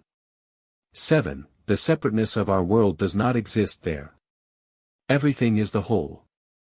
And each particle of dust, without mentioning of course every life and every conscious being, lives a life which is one with the whole and includes the whole within itself. 8. In that world the duality of our world cannot exist. Their being is not opposed to non-being. Life is not opposed to death. On the contrary, the one includes the other within itself. The unity and multiplicity of the I and the not I, motion and immobility, union and separateness, good and evil, truth and falsehood, all these divisions are impossible there. Everything subjective is objective, and everything objective is subjective. That world is the world of the unity of opposites. 9. The sensation of the reality of that world must be accompanied by the sensation of the unreality of this one. At the same time the difference between real and unreal cannot exist there, just as the difference between subjective and objective cannot exist. 10. That world and our world are not two different worlds. The world is one. That which we call our world is merely our incorrect perception of the world seen by us through a narrow slit. That world begins to be sensed by us as the wondrous, i.e., as something opposite to the reality of this world, and at the same time this, our earthly world, begins to seem unreal. The sense of the wondrous is the key to that world. 11. But everything that can be said about it will not define our relation to that world until we come to understand that even comprehending it we will not be able to grasp it as a whole, i.e., in all its variety of relations, but can think of it only in this or that aspect. 12. Everything that is said about the world of causes refers also to the all. But between our world and the all there may be many transitions. Chapter 22. Theosophy of Max Muller. Ancient India. Philosophy of the Vedanta. Tat Twam Aci. Knowledge by means of the expansion of consciousness as a reality. Mysticism of different ages and peoples. Unity of experiences. Tertium organum as a key to mysticism. Signs of the noumenal world. Treatise of Plotinus on intelligible beauty as a misunderstood system of higher logic. Illumination in Jacob Boehme. A harp of many strings, of which each string is a separate instrument, while the whole is only one harp. Mysticism of the love of the good. Saint Ava Dorotheus and others. Clement of Alexandria. Lao Tzu and Chuang Tzu. Light on the path. The voice of the silence. Mohammedan mystics. Poetry of the Sufis. Mystical states under narcotics. The anesthetic revelation. Experiments of Professor James. Dostoevsky on Time, the Idiot. Influence of nature on the soul of man. To trace historically the process of the development of those ideas and systems founded upon higher logic or proceeding from it, would indeed be a matter of great interest and importance. But this would be difficult and almost impossible of accomplishment because we lack definite knowledge of the time and origin, the means of transmitting, and the sequence of ideas in ancient philosophical systems and religious teachings. There are innumerable guesses and speculations concerning the manner of this succession. Many of these guesses and speculations are accepted as unquestioned until new ones appear which controvert them. The opinions of different investigators in regard to these questions are very divergent. And the truth is often difficult to determine. It would be more accurate to say, impossible, if conclusions had to be based upon the material accessible to logical investigation. I shall not dwell at all on the question of the succession of ideas, either from the historical or any other point of view. The proposed outline of systems which refer to the world of noumena is not intended to be complete. This is not the history of thought, but merely examples of movements of thought which have led to similar conclusions. In the book Theosophy, or Psychological Religion, the noted scholar Max Muller gives an interesting analysis of mystical religions and mystical philosophical systems. He dwells much on India and her teachings. That which we can study nowhere but in India is the all-absorbing influence which religion and philosophy may exercise on the human mind. So far as we can judge a large class of people in India, not only the priestly class, but the nobility also, not men only but women, never looked upon their life on earth as something real. What was real to them was the invisible, the life to come. What formed the theme of their conversations, what formed the subject of their meditations, was the real that alone lent some kind of reality to this unreal phenomenal world. Whoever was supposed to have caught a new ray of truth was visited by young and old, was honored by princes and by kings, was looked upon indeed as holding a position far above that of kings and princes. This is the side of life of ancient India which deserves our study, because there has been nothing like it in the whole world, not even in Greece or Palestine. I know quite well, says Muller, that there never can be a whole nation of philosophers or metaphysical dreamers. And we must never forget that all through history, it is the few, not the many, who impress their character on a nation, and have a right to represent it as a whole. What do we know of Greece at the time of the Ionian and Eleatic philosophers, except the utterances of 7 sages? What do we know of the Jews at the time of Moses, except the traditions preserved in the laws and the prophets? It is the prophets, the poets, the lawgivers and teachers, however small their number, who speak in the name of the people, and who alone stand out to represent the nondescript multitude behind them. To speak their thoughts and to express their sentiments. Real Indian philosophy, even in that embryonic form in which we find it in the Upanishads, stands completely by itself. And if we ask what was the highest purpose of the teachings of the Upanishads, we can state it in 3 words, as it has been stated by the greatest Vedanta 3-5 teachers themselves, namely Tat Twam Asi. This means thou art that. That stands for that which is known to us under different names in different systems of ancient and modern philosophy. It is Zeus or the Eis Theos or Tuon in Greece. It is what Plato meant by the eternal idea, what agnostics call the unknowable, what I call the infinite in nature. This is what in India is called Brahman, the being behind all beings, the power that emits the universe, sustains it and draws it back again to itself. The thou is what I called the infinite in man, the soul, the self, the being behind every human ego, free from all bodily fetters, free from passions, free from all attachments, Atman. The expression, thou art that, means, thy soul is the Brahman. Or in other words, the subject and the object of all being and of all knowing are one and the same.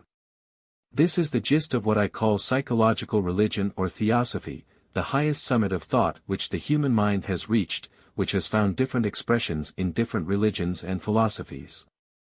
But nowhere such a clear and powerful realization as in the ancient Upanishads of India.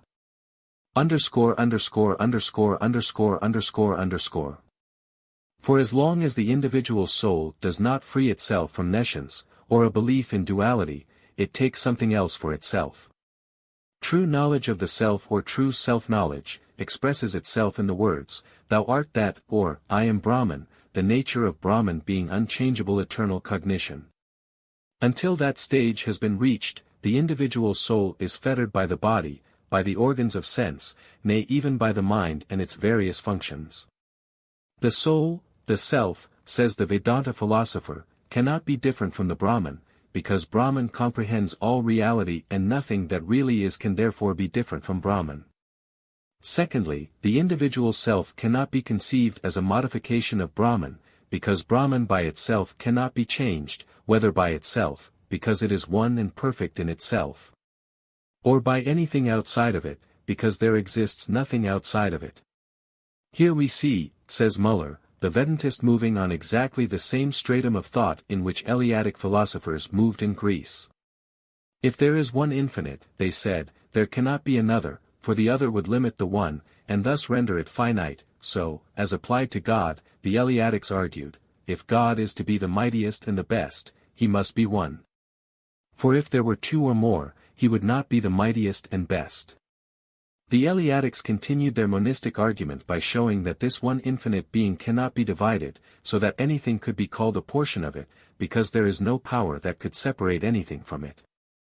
Nay, it cannot even have parts, for, as it has no beginning and no end, it can have no parts, for a part has a beginning and an end. These Eleatic ideas, namely that there is and there can be only one absolute being, infinite, unchangeable, without a second, without parts and passions, are the same ideas which underlie the Upanishads and have been fully worked out in the Vedanta Sutras. In most of the religions of the ancient world, says Muller, the relation between the soul and God has been represented as a return of the soul to God. A yearning for God, a kind of divine homesickness, finds expression in most religions, but the road that is to lead us home, and the reception which the soul may expect in the Father's house have been represented in very different ways in different religions. According to some religious teachers, a return of the soul to God is possible after death only.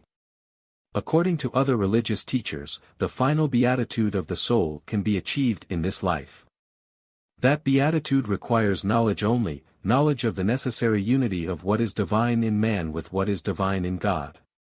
The Brahmins call it self-knowledge, that is to say, the knowledge that our true self, if it is anything, can only be that self which is all in all, and beside which there is nothing else.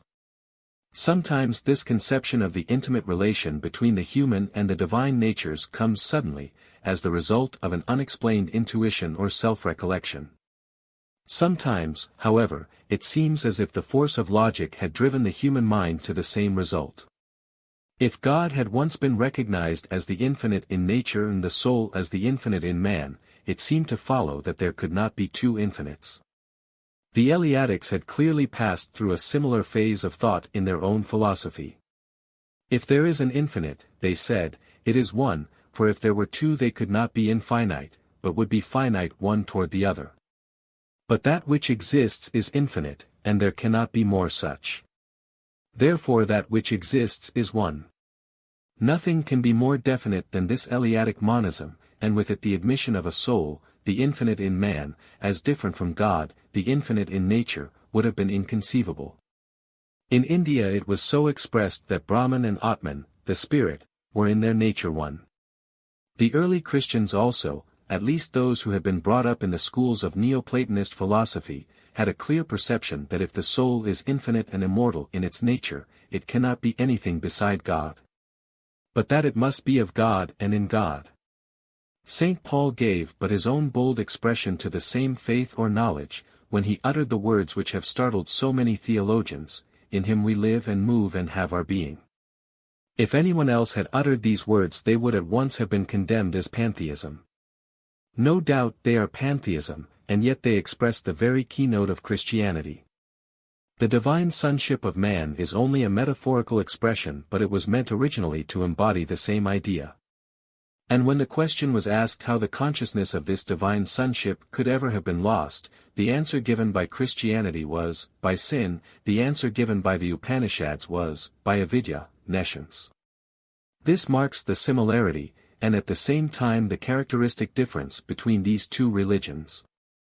The question how nescience laid hold on the human soul, and made it imagine that it could live or move or have its true being anywhere but in Brahman, remains as unanswerable in Hindu philosophy as in Christianity the question how sin first came into the world.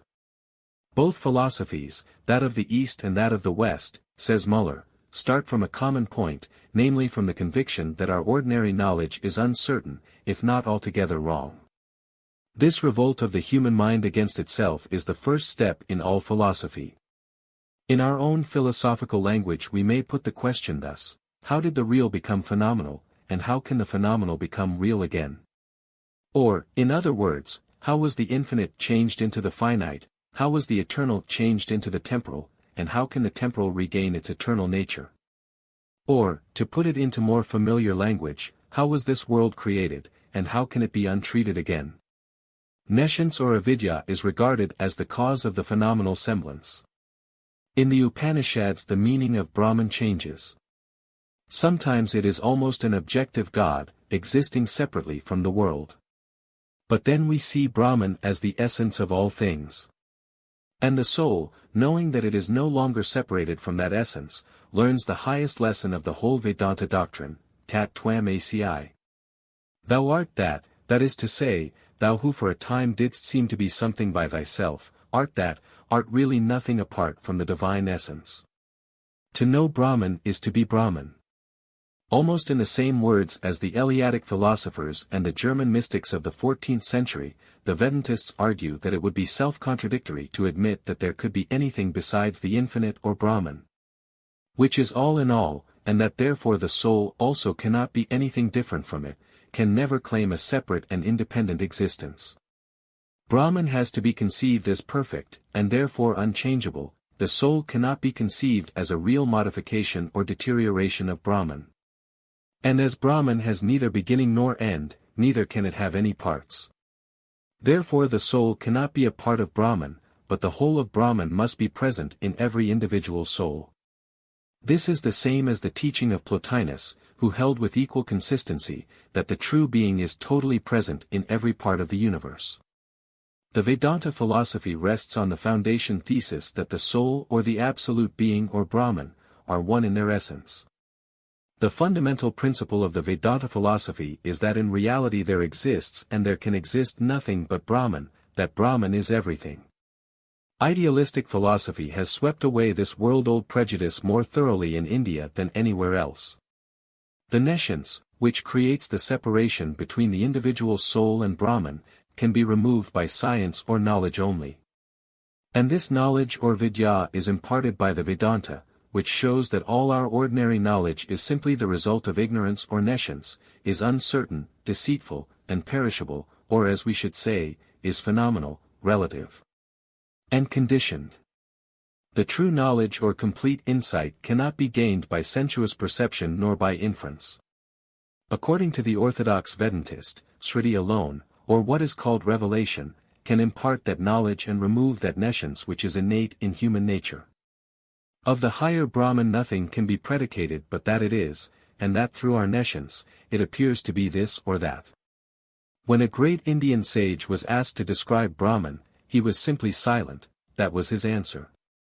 When it is said that Brahman is, that means at the same time that Brahman is not, that is to say, that Brahman is nothing of what is supposed to exist in our sensuous perceptions. ____________. Whatever we may think of this philosophy, we cannot deny its metaphysical boldness and its logical consistency. If Brahman is all in all, the one without a second, nothing can be said to exist that is not Brahman. There is no room for anything outside the infinite and the universal, nor is there room for two infinites, for the infinite in nature and the infinite in man. There is and there can be one infinite, one Brahman only. This is the beginning and the end of the Vedanta. As the shortest summary of the ideas of the Vedanta, two verses of Sankara, the commentator and interpreter of Vedanta, are often quoted. Brahma is true, the world is false. The soul is Brahma and is nothing else. This is really a very perfect summary. What truly and really exists is Brahman, the one absolute being. The world is false, or rather is not what it seems to be. That is, everything which is present to us by means of sense is phenomenal and relative, and can be nothing else. The soul again, or rather every man's soul, though it may seem to be this or that, is in reality nothing but Brahma. In relation to the question of the origin of the world, two famous commentators of the Vedanta, Sankara and Ramanuja, differ. Ramanuja holds to the theory of evolution, Sankara, to the theory of illusion. It is very important to observe that the Vedantist does not go so far as certain Buddhist philosophers who look upon the phenomenal world as simply nothing. No, their world is real, only it is not what it seems to be. Sankara claims for the phenomenal world a reality sufficient for all practical purposes, sufficient to determine our practical life, our moral obligations. There is a veil. But the Vedanta philosophy teaches us that the eternal light behind it can always be perceived more or less clearly through philosophical knowledge.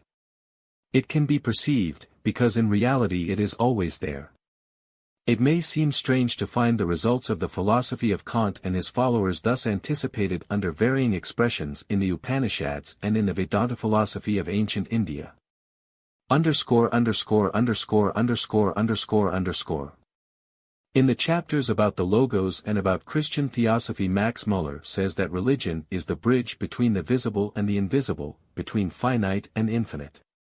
It may be truly said that the founders of the religions of the world have all been bridge builders.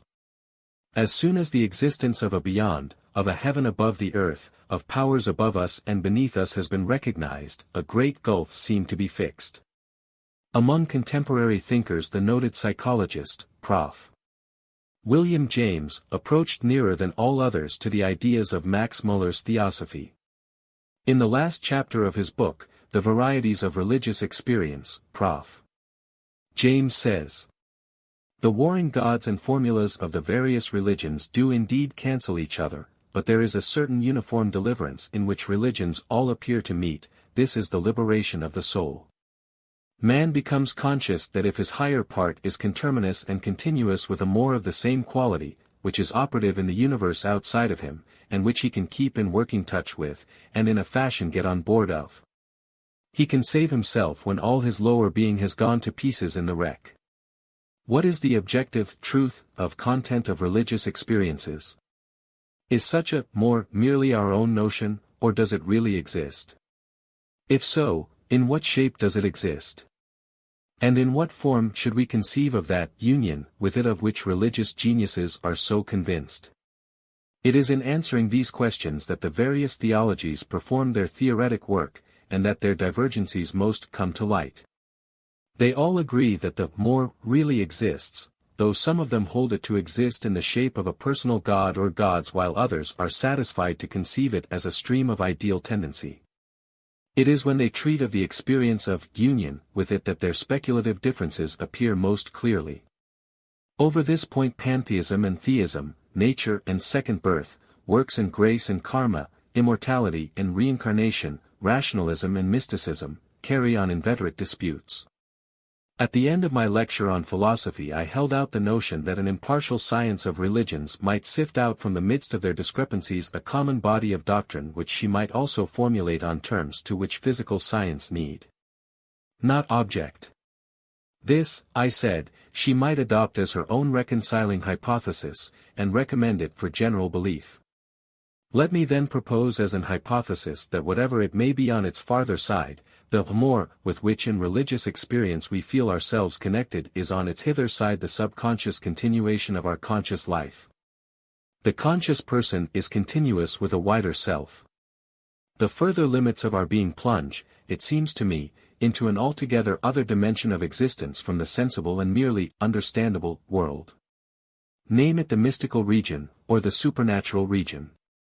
We belong to it, in a more intimate sense than that in which we belong to thy visible world, for we belong in the most intimate sense wherever our ideals belong. The communion with this invisible world is a real process with real results. Personal religious experience has its roots and center in mystical states of consciousness.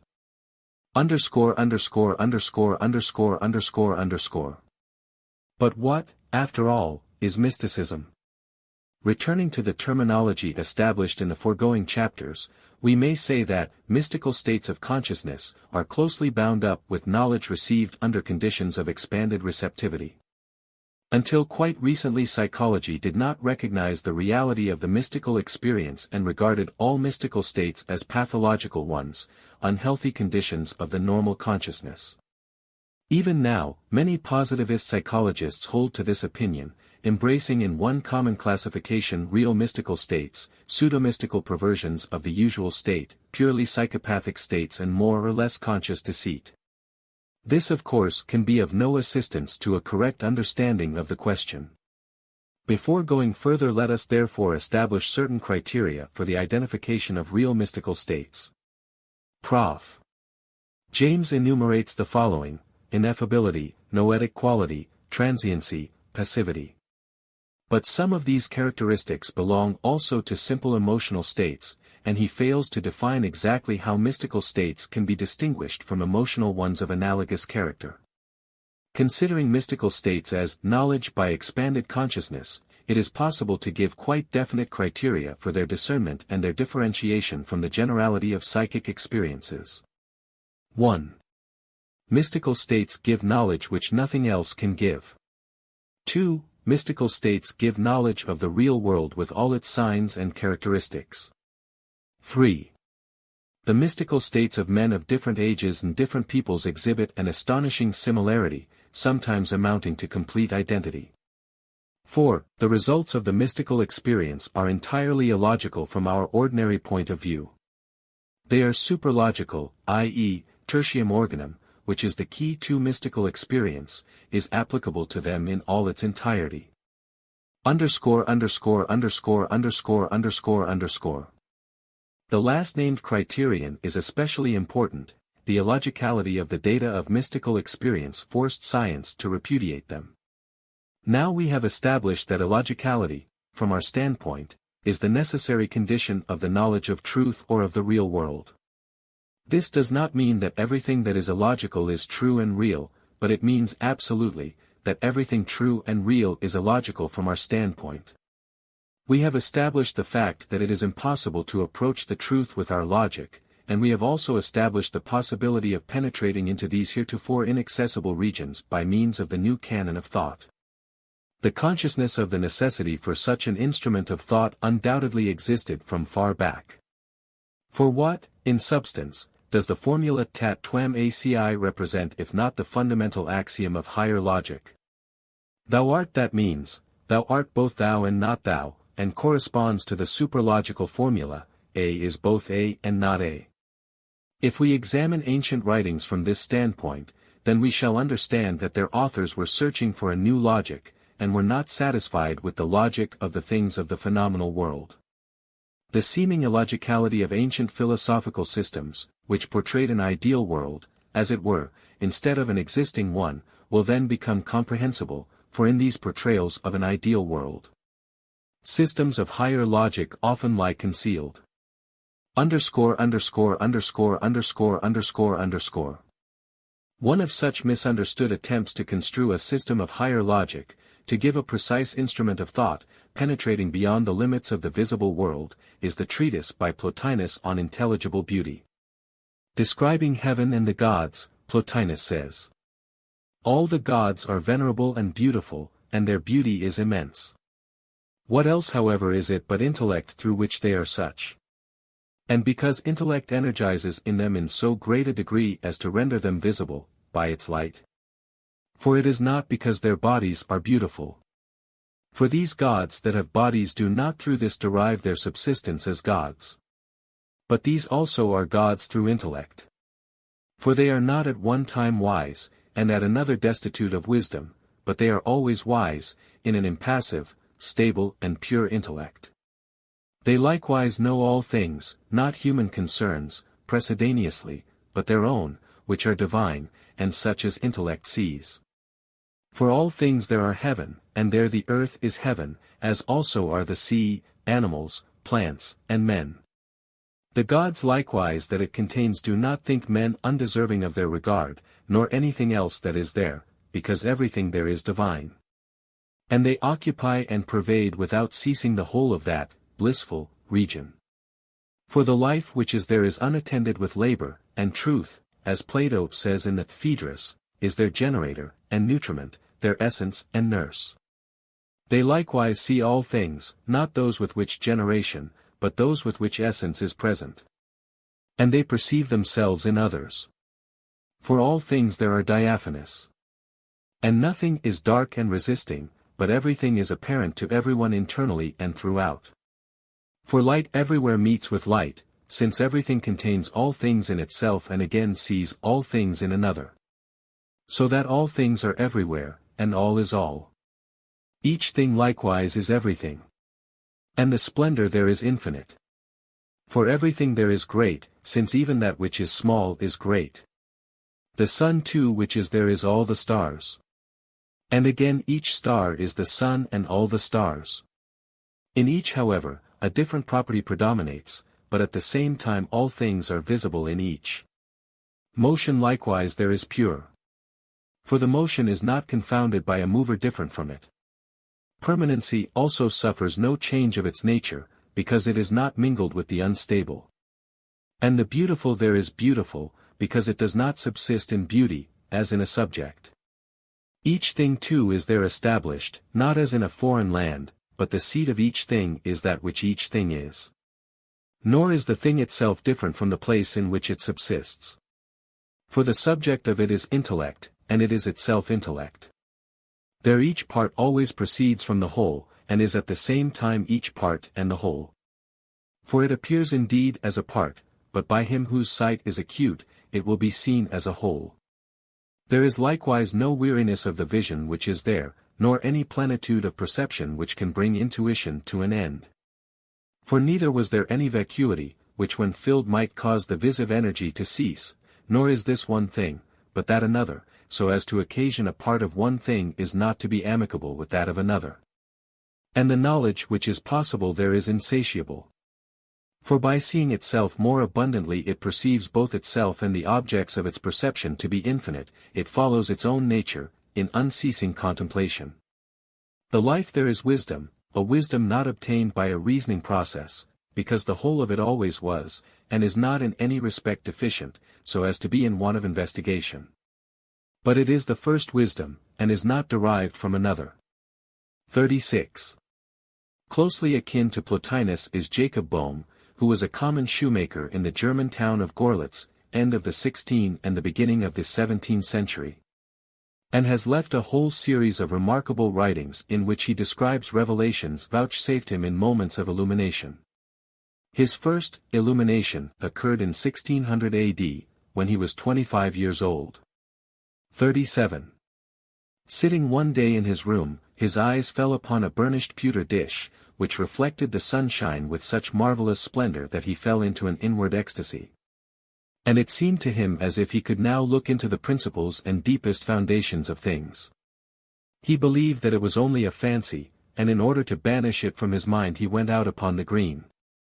But here he remarked that he gazed into the very heart of things, the very herbs and grass, and that actual nature harmonized with what he had inwardly seen. He said nothing of this to anyone, but praised and thanked God in silence. Of the first illumination Boehme's biographer says, he learned to know the innermost foundation of nature, and acquire the capacity to see henceforth with the eyes of the soul into the heart of all things. A faculty which remained with him even in his normal condition. About the year 1600, in the 25th year of his age, he was again surrounded by the divine light and replenished with the heavenly knowledge. Insomuch as going abroad in the fields to a green before Ney's gate, at Görlitz, he there sat down and, viewing the herbs and grass of the field in his inward light, he saw into their essences, hues and properties, which were discovered to him by their lineaments, figures and signatures. In like manner he beheld the whole creation, and from that foundation he afterwards wrote his book, De Signature Rerum. In the unfolding of those mysteries before his understanding he had a great measure of joy, yet returned home and took care of his family and lived in great peace and silence, scarce intimating to any these wonderful things that had befallen him. And in the year 1610, being again taken into this light, lest the mysteries revealed to him should pass through him as a stream, and rather for a memorial than intending any publication, he wrote his first book, called Aurora, or the Morning Redness.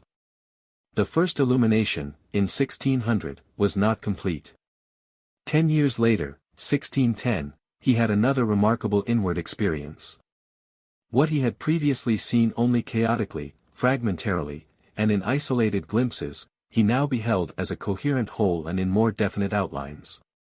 When his third illumination took place, that which in former visions had appeared to him chaotic and multifarious was now recognized by him as a unity, like a harp of many strings, of which each string is a separate instrument, while the whole is only one harp. 38. He now recognized the divine order of nature, and how from the trunk of the tree of life spring different branches, bearing manifold leaves and flowers and fruits. And he became impressed with the necessity of writing down what he saw and preserved the record. He himself speaks of this final and complete illumination as follows. The gate was opened to me that in 1/4 of an hour I saw and knew more than if I had been many years at a university. At which I exceedingly admired and thereupon turned my praise to God for it. For I saw and knew the being of all beings, the byss and abyss and the eternal generation of the Holy Trinity, the descent and original of the world and of all creatures through divine wisdom. I knew and saw in myself all the three worlds, namely, 1. The divine, angelical and paradisical, 2. And the dark, the original of the nature to the fire, and, 3. Then the external and visible world, being a procreation or external birth from both the internal and spiritual worlds. And I saw and knew the whole working essence in the evil and the good and the original and the existence of each of them, and likewise how the fruitful, bearing, womb of eternity brought forth. So that I did not only greatly wonder at it but did also exceedingly rejoice.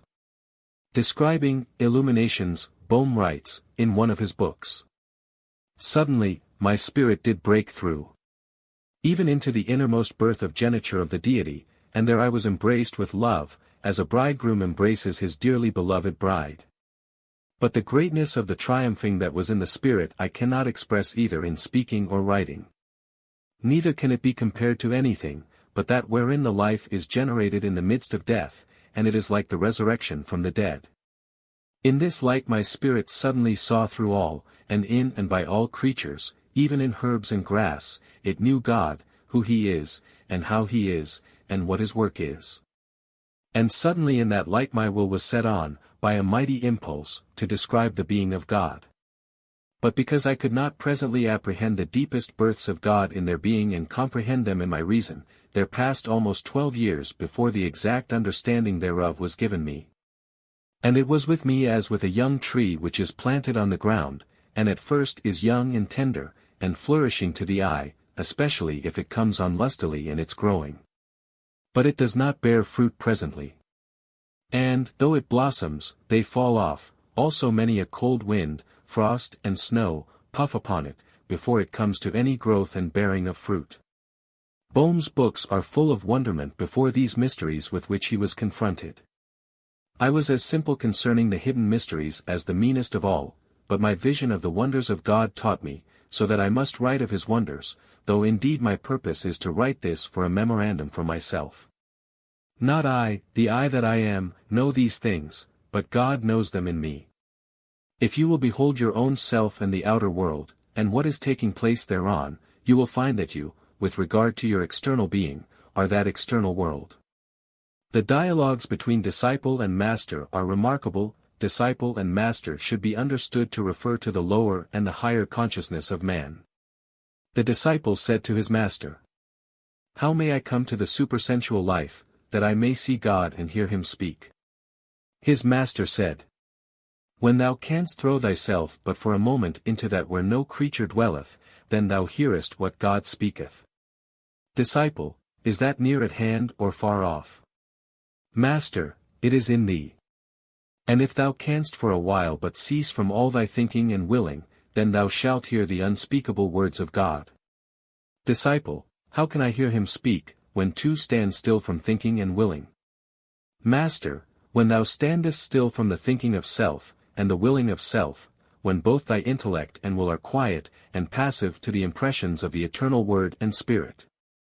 And when thy soul is winged up, and above that which is temporal, the outward senses, and the imagination being locked up by holy abstraction, then the eternal hearing, seeing, and speaking, will be revealed in thee. And so God heareth and seeth through thee, being now the organ of his Spirit, and so God speaketh in thee, and whispereth to thy spirit, and thy spirit heareth his voice. Blessed art thou therefore if that thou canst stand still from self-thinking and self-willing, and canst stop the wheel of imagination and senses. Forasmuch as hereby thou mayest arrive at length to see the great salvation of God, being made capable of all manner of divine sensations and heavenly communications. Since it is not indeed but thine own hearing and willing that do wonder thee, so that thou dost not see and hear God.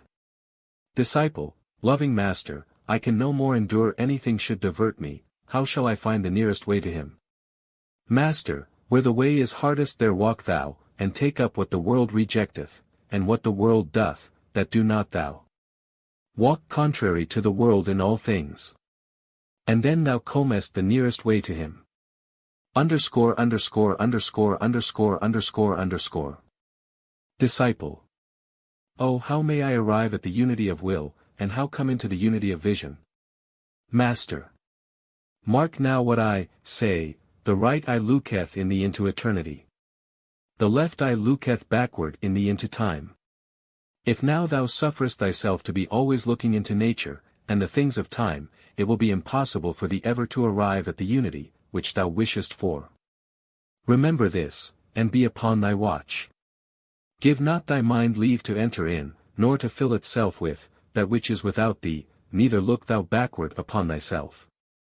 Let not thy left eye deceive thee, by making continually one representation after another, and stirring up thereby an earnest longing in the self-propriety, but let thy right eye command back this left. And only bringing the eye of time into the eye of eternity and descending through the light of God into the light of nature, shalt thou arrive at the unity of vision or uniformity of will. In another dialogue the disciple and the master converse about heaven and hell. The disciple asked his master, "Whither go the souls when they leave these mortal bodies?" His master answered, "The soul needeth no going forth anywhere." Disciple, does it not enter into heaven or hell? Master, no, there is no such kind of entering. The soul hath heaven and hell in itself. And whether of the two states, either heaven or hell, shall be manifested in the soul, in that it standeth. The quotations given here are sufficient to indicate the character of the writings of an unlearned shoemaker from a little provincial town in Germany of the 16th to 17th centuries. Bohm is remarkable for the bright intellectuality of his comprehensions, although there is in them a strong moral element also. In the book above mentioned, The Varieties of Religious Experience, Prof. James dwells with great attention on Christian mysticism, which afforded him much material for establishing the fact of the cognitive aspect of mysticism. I borrow from him the following description of the mystical experiences of certain Christian saints. St. Ignatius confessed one day to Father Lainez that a single hour of meditation at Manfisa had taught him more truths about heavenly things than all the teachings of all the doctors put together could have taught him. One day in Orizon, on the steps of the choir of the Dominican Church, he saw in a distinct manner the plan of divine wisdom in the creation of the world. On another occasion, during a procession, his spirit was ravished on God, and it was given him to contemplate, in a form and images fitted to the weak understanding of a dweller on earth, the deep mystery of the Holy Trinity. This last vision flooded his heart with such sweetness, that mere memory of it in after times made him shed abundant tears. One day, being in Orizon, Saint Teresa writes, "It was granted me to perceive in one instant how all things are seen and contained in God. I did not perceive them in their proper form, and nevertheless the view I had of them was of a sovereign clearness and has remained vividly impressed upon my soul. It is one of the most signal of all the graces which the Lord has granted me. The view was so subtle and delicate that the understanding cannot grasp it." She goes on to tell, Prof. James writes, how it was as if the deity was an enormous and sovereignly limpid diamond, in which all our actions were contained in such a way that their full sinfulness appeared evident as never before. Our Lord made me comprehend, she writes, in what way it is that one God can be in three persons. He made me see it so clearly that I remained as extremely surprised as I was comforted. And now, when I think of the Holy Trinity, or hear it spoken of, I understand how the three adorable persons form only one God, and I experienced an unspeakable happiness. Christian mysticism, as Prof. James shows, is very near to the Vedanta and the Upanishads. That fountainhead of Christian mysticism, Dionysius the Areopagite, tells about the absolute truth in negative formulae only. The cause of all things is neither soul nor intellect. Nor has it imagination, opinion, or reason, or intelligence, nor is it reason or intelligence, nor is it spoken or thought. It is neither number, nor order, nor magnitude, nor littleness, nor equality, nor inequality, nor similarity, nor dissimilarity. It neither stands, nor moves, nor rests. It is neither essence, nor eternity, nor time. Even intellectual contact does not belong to it. Art is neither science nor truth. It is not even royalty or wisdom, not one, not unity, not divinity or goodness, nor even spirit as we know it.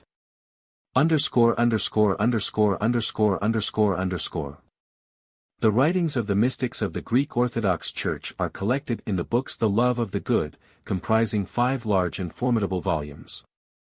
I selected several examples of profound and fine mysticism from the book, Superconsciousness and the Paths to Its Attainment, by M. V. Lodezhensky, in Russian, who studied these books and found therein remarkable examples of philosophical thought. Imagine a circle, says Ava Dorotheus, 7th century, and in the middle of it a center, and from this center forthgoing radii rays. The farther these radii go from the center, the more divergent and remote from one another they become. Conversely, the nearer they approach to the center, the more they come together among themselves. Now suppose that this circle is the world, the very middle of it, God. And the straight lines, radii, going from the center to the circumference, or from the circumference to the center, are the paths of life of men. And in this case also, to the extent that the saints approach the middle of the circle, desiring to approach God, do they, by so doing, come nearer to God and to one another. Reason similarly with regard to their withdrawing from God. They withdraw also from one another, and by so much as they withdraw from one another do they withdraw from God. Such is the attribute of love, to the extent that we are distant from God and do not love Him, each of us is far from his neighbor also. If we love God, then to the extent that we approach to Him through love of Him, do we unite in love with our neighbors, and the closer our union with them, the closer is our union with God also. Point 39. Superconsciousness, page 266. Here now, says St. Isaac of Syria, 6th century, how man becomes refined, acquires spirituality, and becomes like the invisible forces. When the vision soars above things earthly, and above all troubles over earthly doings, and begins to experience revelations concerning that which is within, hidden from sight, and when it will turn its gaze upward, and experiences faith in the guidance of future ages, and the ardent desire for promised things, when it will search for hidden mysteries. Then faith itself consumes this knowledge and so transforms and regenerates it that it becomes entirely spiritual. Then may the vision soar on pinions into regions incorporeal, may touch the depths of an inaccessible sea, participating in the mind divine, and the miraculous acts of guidance in the hearts of thinking and feeling beings. Discovering spiritual mysteries which become then comprehensible by the refined and simple mind. Then the inner senses are awakened to spirituality after the manner that they will be in the life immortal and incorruptible, for even here this redemption of the mind is a true symbol of the general redemption. Superconsciousness, p. 370. When the grace of the Holy Spirit, says Maxim Capso-Calivit, descends on anyone, there is shown to him nothing of the sensuous world, but that which he never saw or never imagined. Then the understanding of such a man receives from the Holy Spirit the highest and hidden mysteries which according to the divine Paul, neither the human eye can understand nor the human reason comprehend unaided. 2 Corinthians 2:9. And that thou mayest understand how our reason sees them, try to apprehend that which I shall say to thee. Wax, when it is placed far from fire, is solid, and it is possible to take it and hold it, but as soon as it is thrown in fire it immediately melts, takes fire, burns, blazes and ends thus in the midst of flames. So also is human reason when it is alone by itself, ununited with God, then it comprehends in the usual way and according to its power all things surrounding it. But as it approaches the fire of divinity and of the Holy Ghost, then is it entirely enveloped by that divine fire, and immersed in divine meditation. And then in that fire of divinity it is impossible for it to think about its own affairs and about that which it desires. Superconsciousness, page 370. Saint Basil the Great says about the revelation of God, absolutely unutterable and indescribable are the lightning-like splendors of divine beauty, neither can speech express nor hearing apprehend. Shall we name the brilliance of the morning star, the brightness of the moon, the radiance of the sun? The glory of all these is unworthy of being compared with the true light. Standing farther from it than does the gloomiest night and the most terrible darkness from midday brightness. This beauty, invisible to bodily eyes, comprehensible to soul and mind only, if it illumines some of the saints leaves in them an unbearable wound through their desire that this vision of divine beauty should extend over an eternity of life. Disturbed by this earthly life, they loathe it as thought it were a prison. Superconsciousness, page 372. Saint Theognis says, "A strange word will I say to thee. There is some hidden mystery which proceeds between God and the soul. This is experienced by those who achieve the highest heights of perfect purity of love and faith, when man, changing completely unites with God, as his own, through ceaseless prayer and contemplation." Superconsciousness, p. 381. Certain parts of the writings of Clement of Alexandria, 2nd century, are remarkably interesting. It appears to us that painting appears to take in the whole field of view in the scenes represented. But it gives a false description of the view, according to the rules of the art, employing the signs that result from the incidence of the lines of vision. By this means, the higher and the lower points in the view, and those between, are preserved.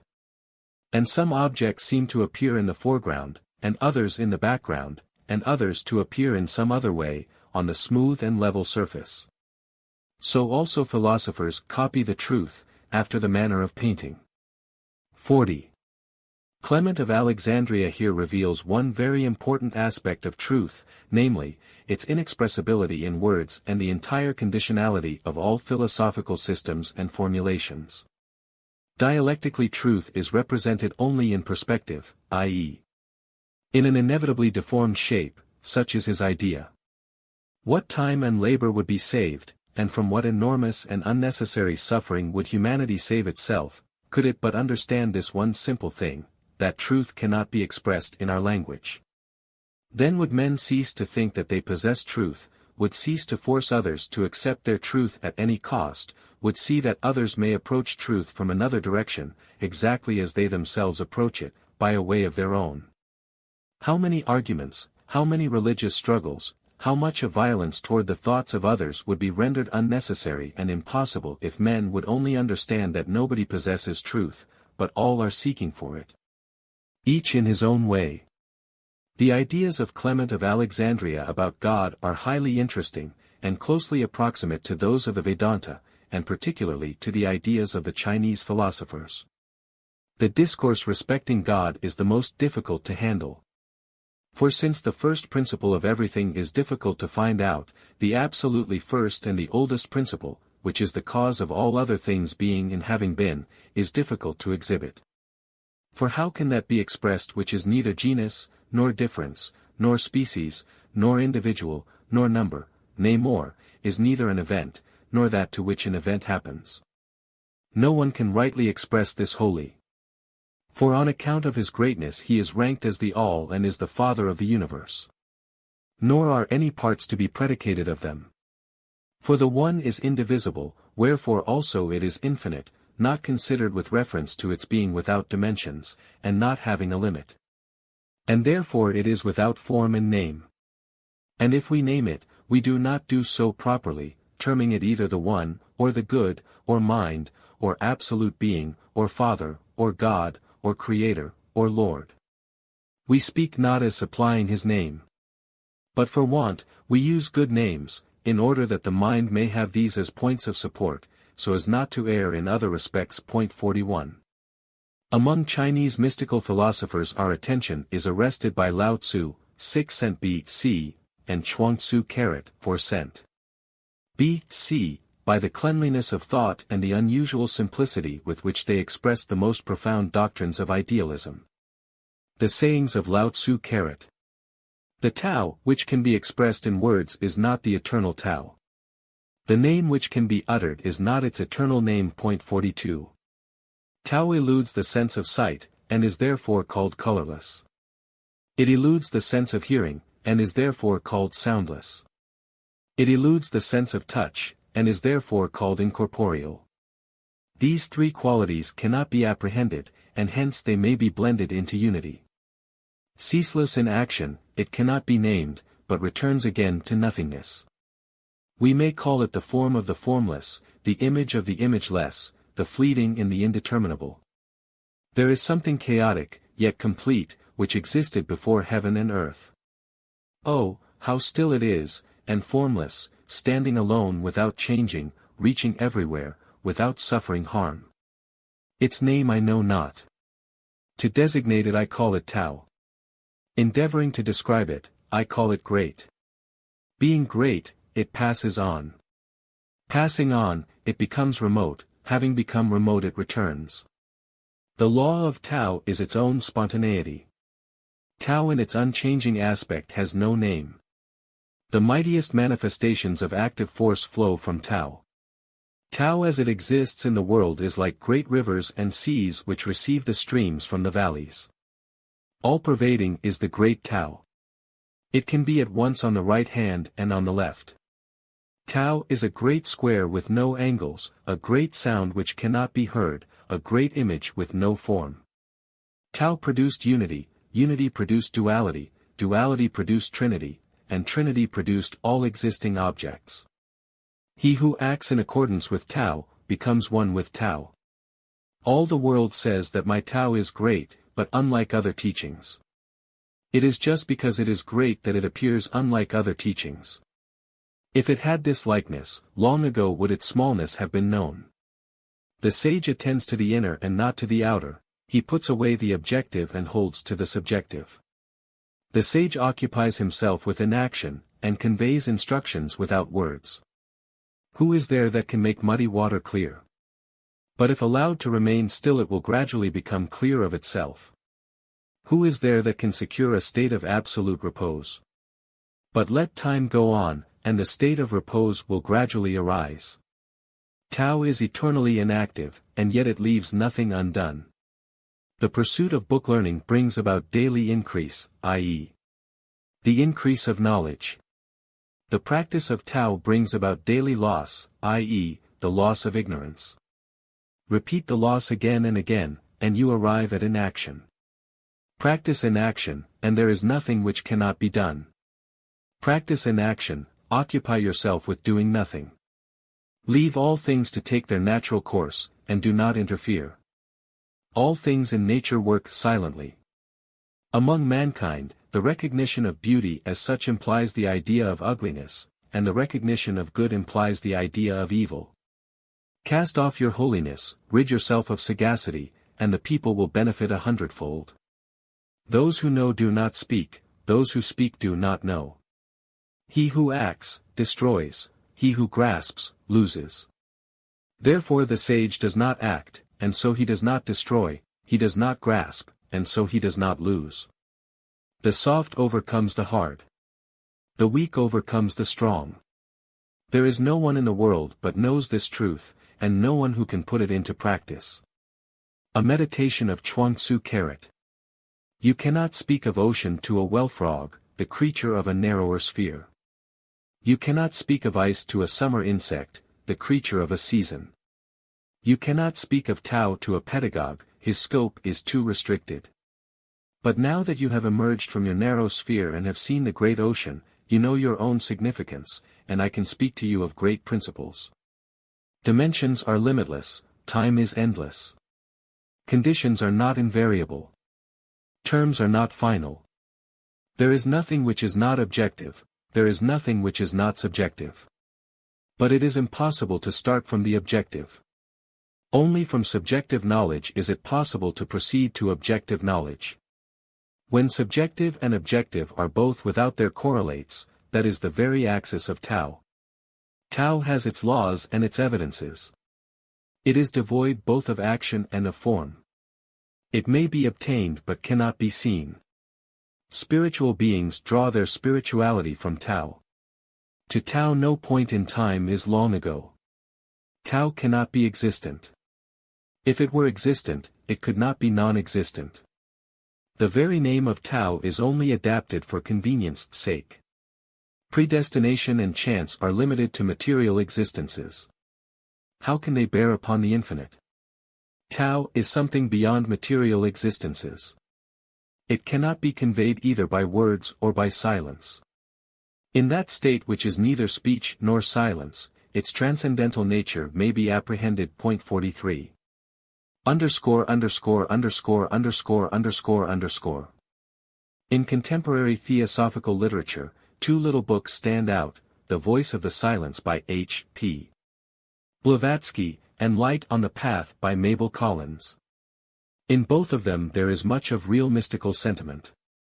The Voice of the Silence.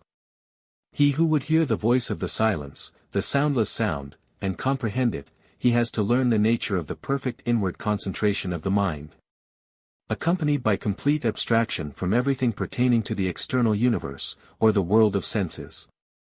Having become indifferent to objects of perception, the pupil must seek out the Raja of the senses, the thought producer, him who awakes illusions.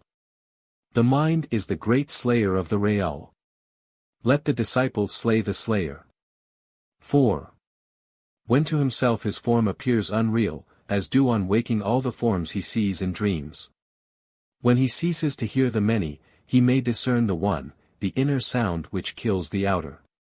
Then only, not till then, shall he forsake the region of Asat, the false, to come into the realm of Sat, the true. Before the soul can see, the harmony within must be attained, and fleshly eyes be rendered blind to illusion. Before the soul can hear, the image, man, has to become as deaf to warnings as to whispers, to cries of bellowing elephants as to the silvery buzzing of the golden firefly. And then to the inner ear will speak the voice of the silence. And say, if thy soul smiles while bathing in the sunlight of thy life, if thy soul sings within her chrysalis of flesh and matter, if thy soul weeps inside her castle of illusion, if thy soul struggles to break the silver thread that binds her to the Master, know, O disciple, thy soul is of the earth. Give up thy life, if thou wouldst live. Learn to discern the real from the false, the ever-fleeting from the everlasting. Learn above all to separate head learning from soul wisdom, the I from the heart doctrine. Light on the Path, like the voice of the silence, is full of symbols, hints and hidden meanings. This is a little book which makes demands upon the reader. Its meaning is elusive, and it requires to be read in a fitting state of spirit. Light on the Path prepares the disciple to meet the Master, i.e., the ordinary consciousness for communion with the higher consciousness. According to the author of Light on the Path, the term, the Masters, is a symbolical expression for the divine life. 44. Light on the Path. Before the eyes can see they must be incapable of tears.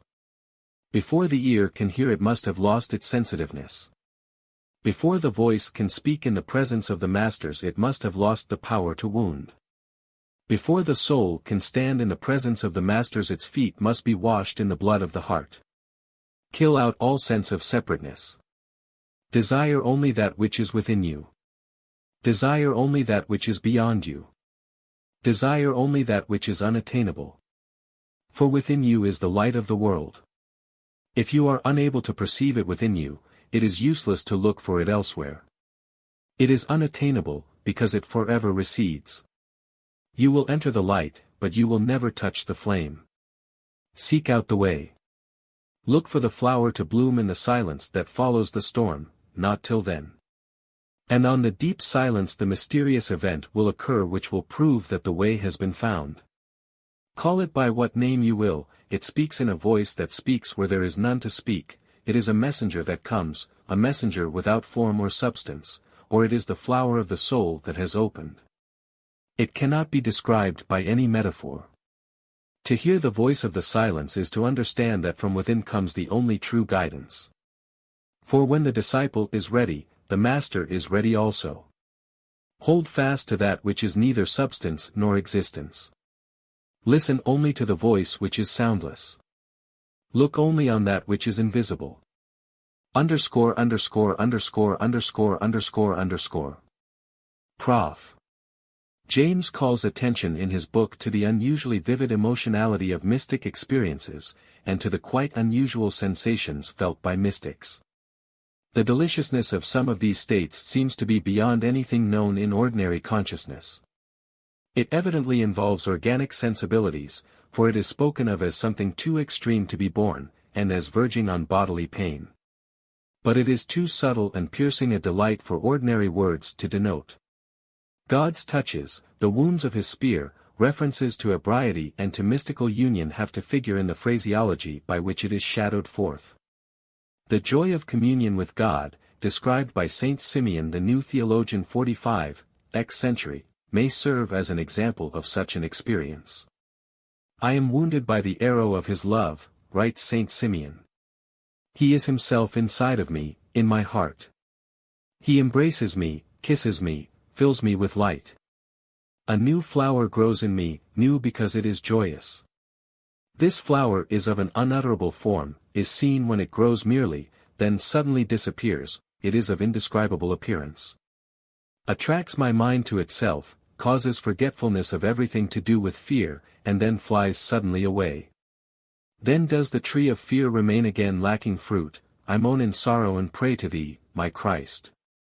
Again I see the flower amid the branches, to chain my attention to it alone, and see not the tree alone, but the brilliant flower attracting me to itself irresistibly. This flower grows in the end into the fruit of love.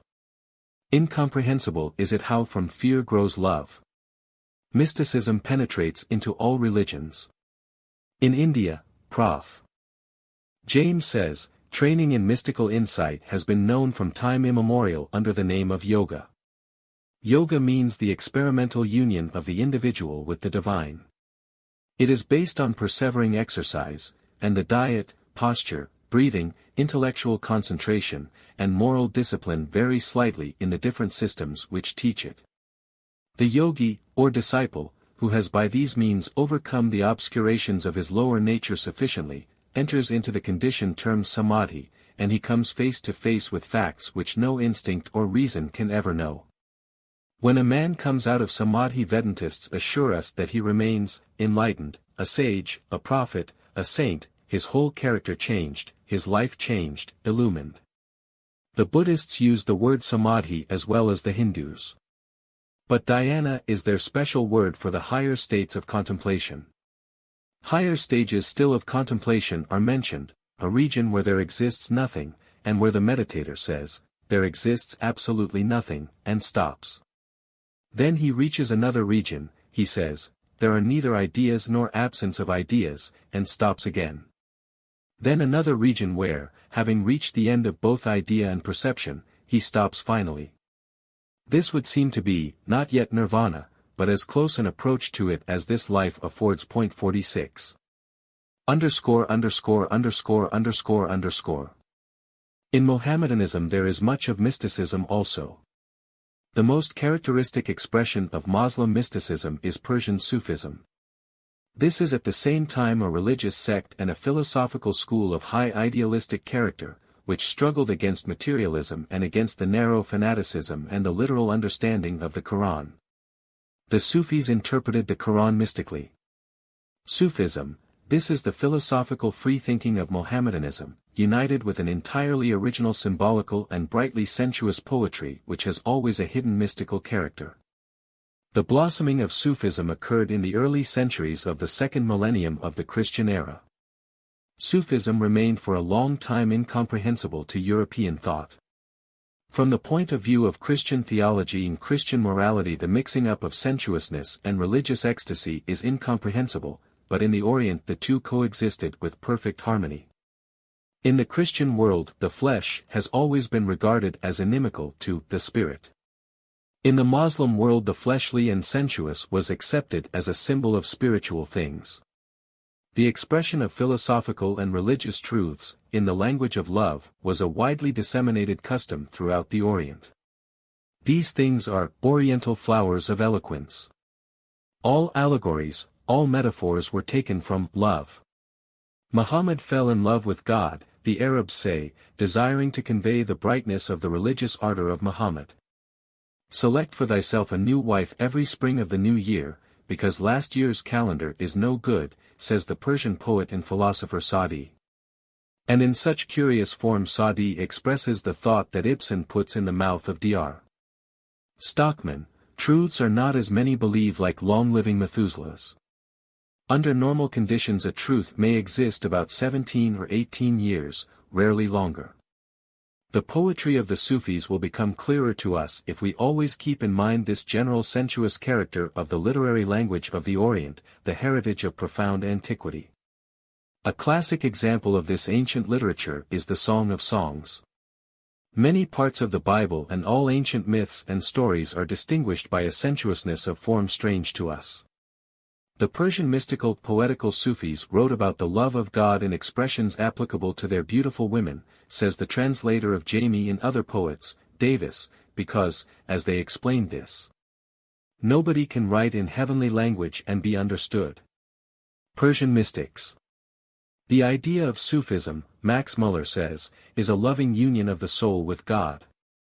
The Sufi holds that there is nothing in human language that can express the love between the soul and God so well as the love between man and woman, and that if he is to speak of the union between the two at all, he can only do so in the symbolic language of earthly love.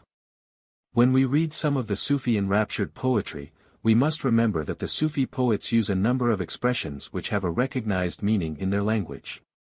Their sleep means meditation, perfume, hope of divine favor. Kisses and embraces, the raptures of piety, wine means spiritual knowledge, etc. The flowers which a lover of God had gathered in his rose garden, and which he wished to give to his friends, so overpowered his mind by their fragrance that they fell out of his lap and withered, Sa'di says. A poet desires to express by this, that the glory of ecstatic visions pales and fades away when it has to be put into human language. Max Muller Theosophy. Generally speaking, never and nowhere has poetry been so blended with mysticism as in Sufism. The Sufi poets frequently lived the strange lives of hermits, anchorites and wanderers, at the same time singing of love, the beauty of women, the aroma of roses and wine. Jalal Eddin describes as follows the communion of the soul with God.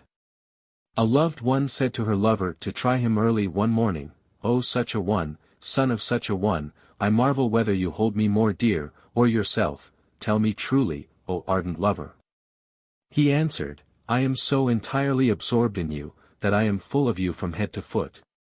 Of my own existence nothing but the man remains, in my being is nothing beside you, O object of my desire. Therefore I am thus lost in you. As a stone which has been changed into a pure ruby, is filled with the bright light of the sun." Max Muller. In two well-known poems of Jamie, 15th century, Solomon and Abassal and Yusuf and Zuleika, the ascending of the soul, its purification and its union with God, is represented in the most passionate forms.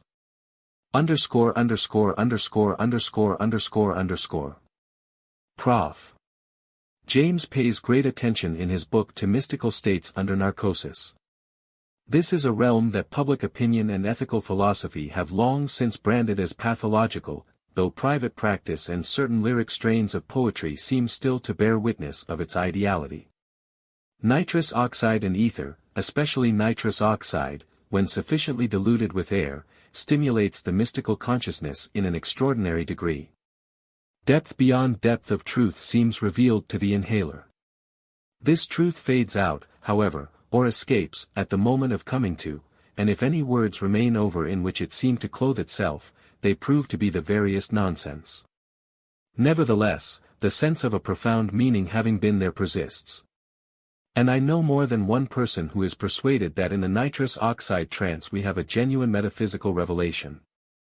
Some years ago I myself made some observations on this aspect of nitrous oxide intoxication, and reported them in print. One conclusion was forced upon my mind at that time, and my impression of its truth has ever since remained unshaken. It is that our normal waking consciousness, rational consciousness as we call it, is but one special type of consciousness, whilst all about it, parted from it by the filmiest of screens. There are potential forms of consciousness entirely different. We may go through life without suspecting their existence, but apply the requisite stimulus and at a touch they are there in all their completeness, definite types of mentality which probably somewhere have their field of application and adaptation. No account of the universe in its totality can be final which leaves these other forms of consciousness quite disregarded. At any rate, they forbid a premature closing of our accounts with reality. The whole drift of my education goes to persuade me that the world of our present consciousness is only one out of many worlds of consciousness that exist. And that those other worlds must contain experiences which have a meaning for our life also. Looking back on my experiences, they all converge toward a kind of insight to which I cannot help ascribing some metaphysical significance. The keynote of it is invariably a reconciliation. It is as if the opposites of the world, whose contradictions and conflict make all our difficulties and troubles, were melted into unity. Not only do they, as contrasted species, belong to one and the same genus, but one of the species, the nobler and the better one, is itself the genus, so soaks up and absorbs its opposite into itself. This is a dark saying, I know, when thus expressed in terms of common logic, but I cannot wholly escape from its authority. I feel as if it must mean something like what the Hegelian philosophy means, if one could only lay hold of it more clearly. Those who have ears to hear let them hear. To me the loving sense of its reality only comes in the artificial mystic state of mind. What reader of Hegel can doubt that sense of a perfected being with all its otherness soaked up in itself, which dominates his whole philosophy, must have come from the prominence in his consciousness of mystical moods like this. In most persons kept subliminal. The notion is thoroughly characteristic of the mystical level, and the aufgabe, the problem, of making it articulate was surely set to Hegel's intellect by mystical feeling. I have friends who believe in the anesthetic revelation. For them too it is a monistic insight, in which the other in its various forms appears absorbed into the 1.47. Into this pervading genus, writes one of them, we pass, forgetting and forgotten, and thenceforth each is all, in God. There is no higher, no deeper, no other, than the life in which we are founded. The one remains, the many change and pass, and each and every one of us is the one that remains. This is the ultimatum. As sure as being, whence is all our care, so sure is content, beyond duplexity, antithesis, or trouble, where I have triumphed in a solitude that God is not above. B. P. Blood, The Anesthetic Revelation and the Gist of Philosophy, Amsterdam, N. Y. 1874. Zenos Clark, a philosopher who died young, at Amherst in the 80s, was also impressed by the revelation. In the first place, he once wrote to me, Mr. Blood and I agree that the revelation is, if anything, non-emotional. It is, as Mr. Blood says, the one sole and sufficient insight why or not why, but how, the present is pushed on by the past, and sucked forward by the vacuity of the future. It is an initiation of the past. The real secret would be the formulae by which the now keeps exfoliating out of itself, yet never escapes. We simply fill the hole with the dirt we dug out. Ordinary philosophy is like a hound hunting its own tail. The more he hunts the farther he has to go, and his nose never catches up with his heels, because it is forever ahead of them. So the present is already a foregone conclusion, and I am ever too late to understand it. But at the moment of recovery from anesthesis, then, before starting on life, I catch, so to speak, a glimpse of my heels, a glimpse of the eternal process just in the act of starting. The truth is that we travel on a journey that was accomplished before we set out. And the real end of philosophy is accomplished, not when we arrive at, but when we remain in our destination, being already there, which may occur vicariously in this life when we cease our intellectual questioning. That is why there is a smile upon the face of revelation, as we view it. It tells us that we are forever half a second too late, that's all. You could kiss your own lips, and have all the fun to yourself, it says, if you only knew the trick. It would be perfectly easy if they would just stay there till you got around to them. Why don't you manage it somehow? In his latest pamphlet Mr. Blood describes the value of the anesthetic revelation for life as follows. The anesthetic revelation is the initiation of man into the mystery of the open secret of being, revealed as the inevitable vortex of continuity. Inevitable is the word. Its motive is inherent, it is what has to be. It is not for any love or hate, nor for joy or sorrow, nor good nor ill. End, beginning, or purpose, it knows not of. It affords no particular of the multiplicity and variety of things. But it fills the appreciation of the historical and the sacred with a secular and intimately personal illumination of the nature and motive of existence. Although it is at first startling in its solemnity, it becomes directly such a matter of course, so old-fashioned, and so akin to proverbs, that it inspires exultation rather than fear, and the sense of safety. As identified with the aboriginal and the universal. But no words may express the surpassing certainty of the patient that he is realizing the primordial Adamic surprise of life. Repetition of the experience finds it ever the same, and as if it could not possibly be otherwise. The subject resumes his normal consciousness only to partially and fitfully remember its occurrence, and to try to formulate its baffling import, with this consolatory afterthought, that he has known the oldest truth. And that he has done with human theories as to the origin, meaning, or destiny of the race. He is beyond instruction in spiritual things. The lesson is one of central safety, the kingdom is within. All days are judgment days, but there can be no climacteric purpose of eternity, nor any scheme of the whole. The astronomer abridges the row of bewildering figures by increasing his unit of measurement, so may we reduce the distracting multiplicity of things to the unity for which each of us stands. This has been my moral sustenance since I have known of it. In my first printed mention of it I declared, the world is no more the alien terror that was taught me. Spurning the cloud-grimed and still sultry battlements whence so lately Jehovan thunders boomed, my grey gull lifts her wings against the nightfall, and takes the dim leagues with a fearless eye. And now, after 27 years of this experience, the wing is greyer, but the eye is fearless still, while I renew and doubly emphasize that declaration.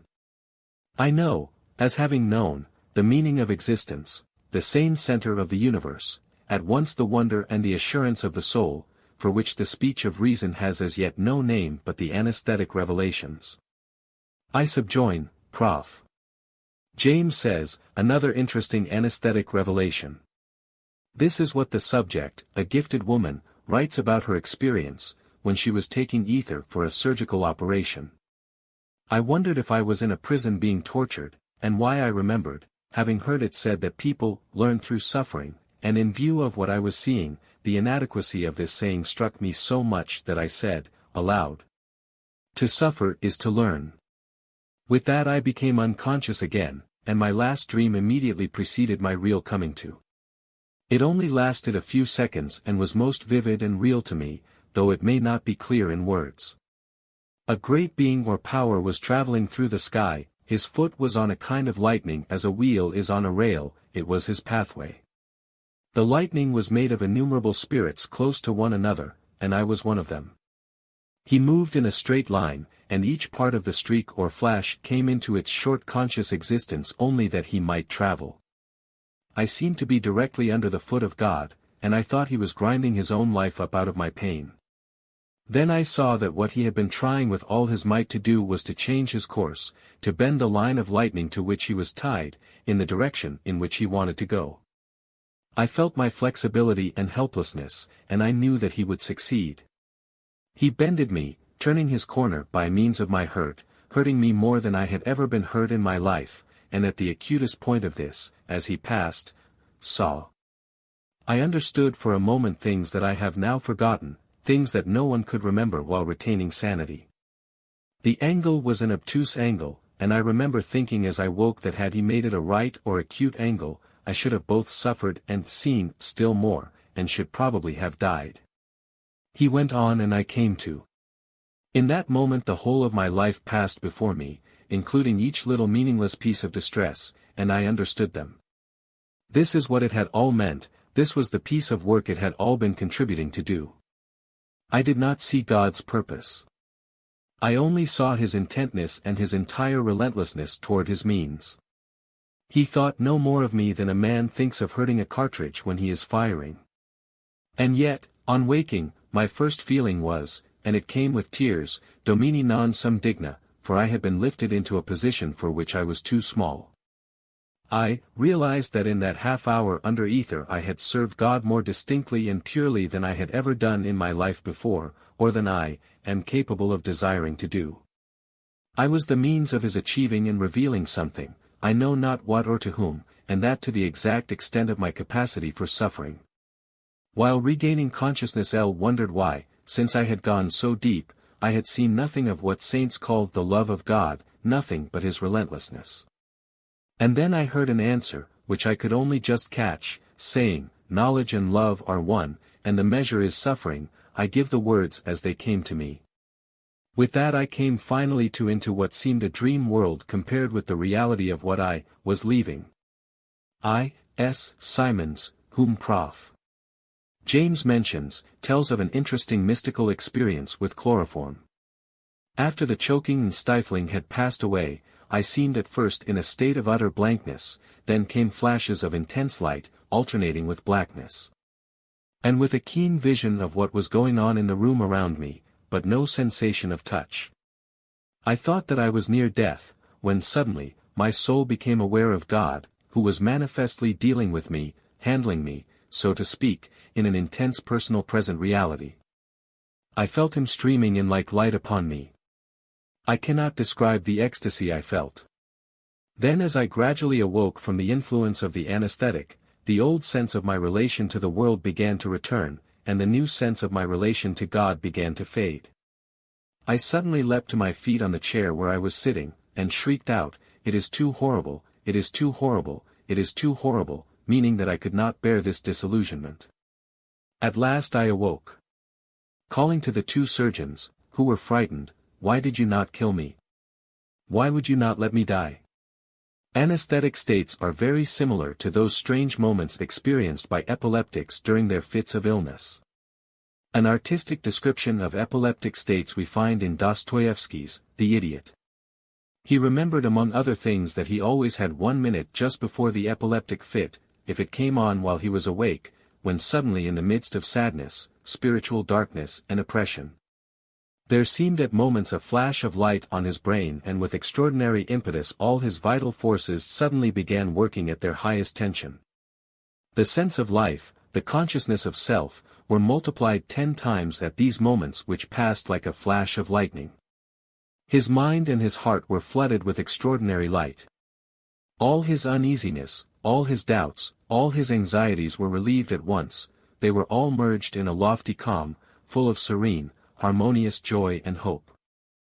Thinking of that moment later, when he was all right again, he often said to himself that all these gleams and flashes of the highest sensation of life and self-consciousness, and therefore also of the highest form of existence, were nothing but disease, the interruption of the normal condition. And yet he came at last to an extremely paradoxical conclusion. What if it is disease? He decided, if the result, if the minute of sensation, remembered and analyzed afterwards in health, turns out to be the acme of harmony and beauty, and gives a feeling, unknown and undivine till then, of completeness, of proportion, of reconciliation, and of ecstatic devotional merging in the highest synthesis of life. These vague expressions seemed to him very comprehensible, though too weak. That it was beauty and worship, that it really was the highest synthesis of life, he could not doubt, and could not admit the possibility of doubt. He was quite capable of judging of that when the attack was over. These moments were only an extraordinary quickening of self-consciousness, if the condition was to be expressed in one word, and at the same time of the direct sensation of existence in the most intense degree. Since at that second, that is at the very last conscious moment before the fit, he had time to say to himself clearly and consciously, yet for this moment one might give one's whole life. Then without doubt that moment was really worth the whole of life. For the very thing had happened. He actually had said to himself at that second, that, for the infinite happiness he had felt in it, that second really might well be worth the whole of life. At that moment, as he told Rogozin one day in Moscow. At that moment I seemed somehow to understand the extraordinary saying that there shall be time no longer. Probably, he added, smiling, this is the very second which was not long enough for the water to be spilt out of Muhammad's pitcher, though the epileptic prophet had time to gaze at all the habitations of Allah. 48. Narcosis or epilepsy are not at all necessary conditions to induce mystical states in ordinary men. Certain aspects of nature appear to have the peculiar power of awakening such mystical moods, says James. It would be more correct to say that in all conditions of encompassing nature this power lies concealed. The change of the seasons, the first snow, the awakening of spring, the summer days, rainy and warm, the aroma of autumn, awakes in us strange moods, which we ourselves do not understand. Sometimes these moods intensify, and become the sensation of a complete oneness with nature. In the life of every man there are moments which act upon him more powerfully than others. Upon one a thunderstorm acts mystically, upon another, sunrise, a third the sea, the forest, rocks, fire. The voice of sex embraces much of that same mystical sense of nature. In the sex impulse man puts himself in the most personal relation with nature. The comparison of the sensation of woman experienced by man, or vice versa, with the feeling for nature is met with very often. And it is really the same sensation as is given by forest, prairie, sea, mountains, only in this case it is even more intense, awakens more inner voices, forces the sounding of more inner strings. Animals often give the mystical sensation of nature to men. Almost everyone has his favorite animal, with which he has some inner affinity. In these animals, or through them, men sense nature intimately and personally. In Hindu occultism there is the belief that every man has his corresponding animal, through which it is possible to act upon him magically, through which he himself can act upon others. And into which he can transform himself or be by others transformed. Each Hindu deity has his own particular animal. Brahma has a goose, Vishnu an eagle, Shiva a bull, Indra an elephant, Kali, Durga, a tiger, Rama a buffalo, Ganesha a rat, Agni a ram. Kartikeya, or Subramania, a peacock, and Kama, the god of love, a parrot. The same thing is true of Greece, all the deities of Olympus had their animals. In the religion of Egypt sacred animals played an enormous part, and in Egypt the cat, the most magical of all animals, was held as sacred. The sense of nature sometimes unfolds something infinitely new and profound in things which seem to have been known a long time and in themselves contained nothing mystical. The consciousness of God's nearness came to me sometimes, quotes Prof. James, a presence, I might say, something in myself made me feel a part of something bigger than I, that was controlling. I felt myself one with the grass, the trees, birds, insects, everything in nature. I exulted in the mere fact of existence, of being a part of it all, the drizzling rain, the shadow of the clouds, the tree trunks, and so on. In my own notebook of 1908 I found a description of the same experienced state of consciousness. It was in the Sea of Marmora, on a rainy day of winter, the far-off high and rocky shores were of a pronounced violet color of every shade, including the most tender, fading into gray and blending with the gray sky. The sea was the color of lead mixed with silver. I remember all these colors. The steamer was going north. I remained at the rail, looking at the waves. The white crests of waves were running toward us. A wave would run at the ship, raised as if desiring to hurl its crest upon it, rushing up with a howl. The steamer heeled, shuddered, and slowly straightened back, then from afar a new wave came running. I watched this play of the waves with the ship, and felt them draw me to themselves. It was not at all that desire to jump down which one feels in mountains but something infinitely more subtle. The waves were drawing my soul to themselves. And suddenly I felt that it went to them. It lasted an instant, perhaps less than an instant, but I entered into the waves and with them rushed with a howl at the ship. And in that instant I became all. The waves, they were myself, the far violet mountains, the wind, the clouds hurrying from the north, the great steamship, heeling and rushing irresistibly forward, all were myself. I sensed the enormous heavy body, my body, all its motions, shudderings, waverings and vibrations, fire, pressure of steam and weight of engines were inside of me, the unmerciful and unyielding propelling screw which pushed and pushed me forward.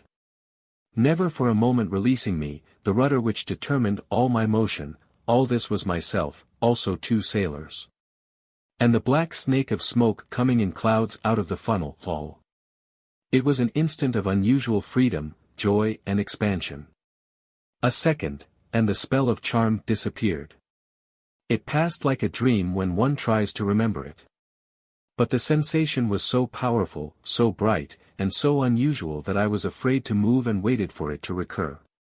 But it did not return, and a moment later I could not say that it had been, could not say whether it was a reality or merely the thought that, looking at the waves, it might be so.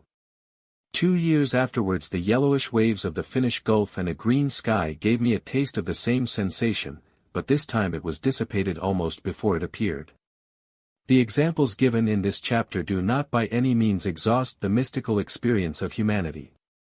But what do we infer from them? First of all, unity of experience. In mystical sensations all men feel definitely something in common, having a similar meaning and connection one with another. The mystics of many ages and many peoples speak the same language and use the same words. This is the first and most important thing that speaks for the reality of the mystical experience. Next is the complete harmony of data regarding such experience with the theoretically deduced conditions of the world causes. The sensation of the unity of all, so characteristic of mysticism, a new sensation of time, the sense of infinity, joy or horror, knowledge of the whole and the part, infinite life and infinite consciousness. All these are real sensed facts in the mystical experience. And these facts are theoretically correct. They are such as they should be according to the conclusions of the mathematics of the infinite and of the higher logic. This is all that is possible to say about them.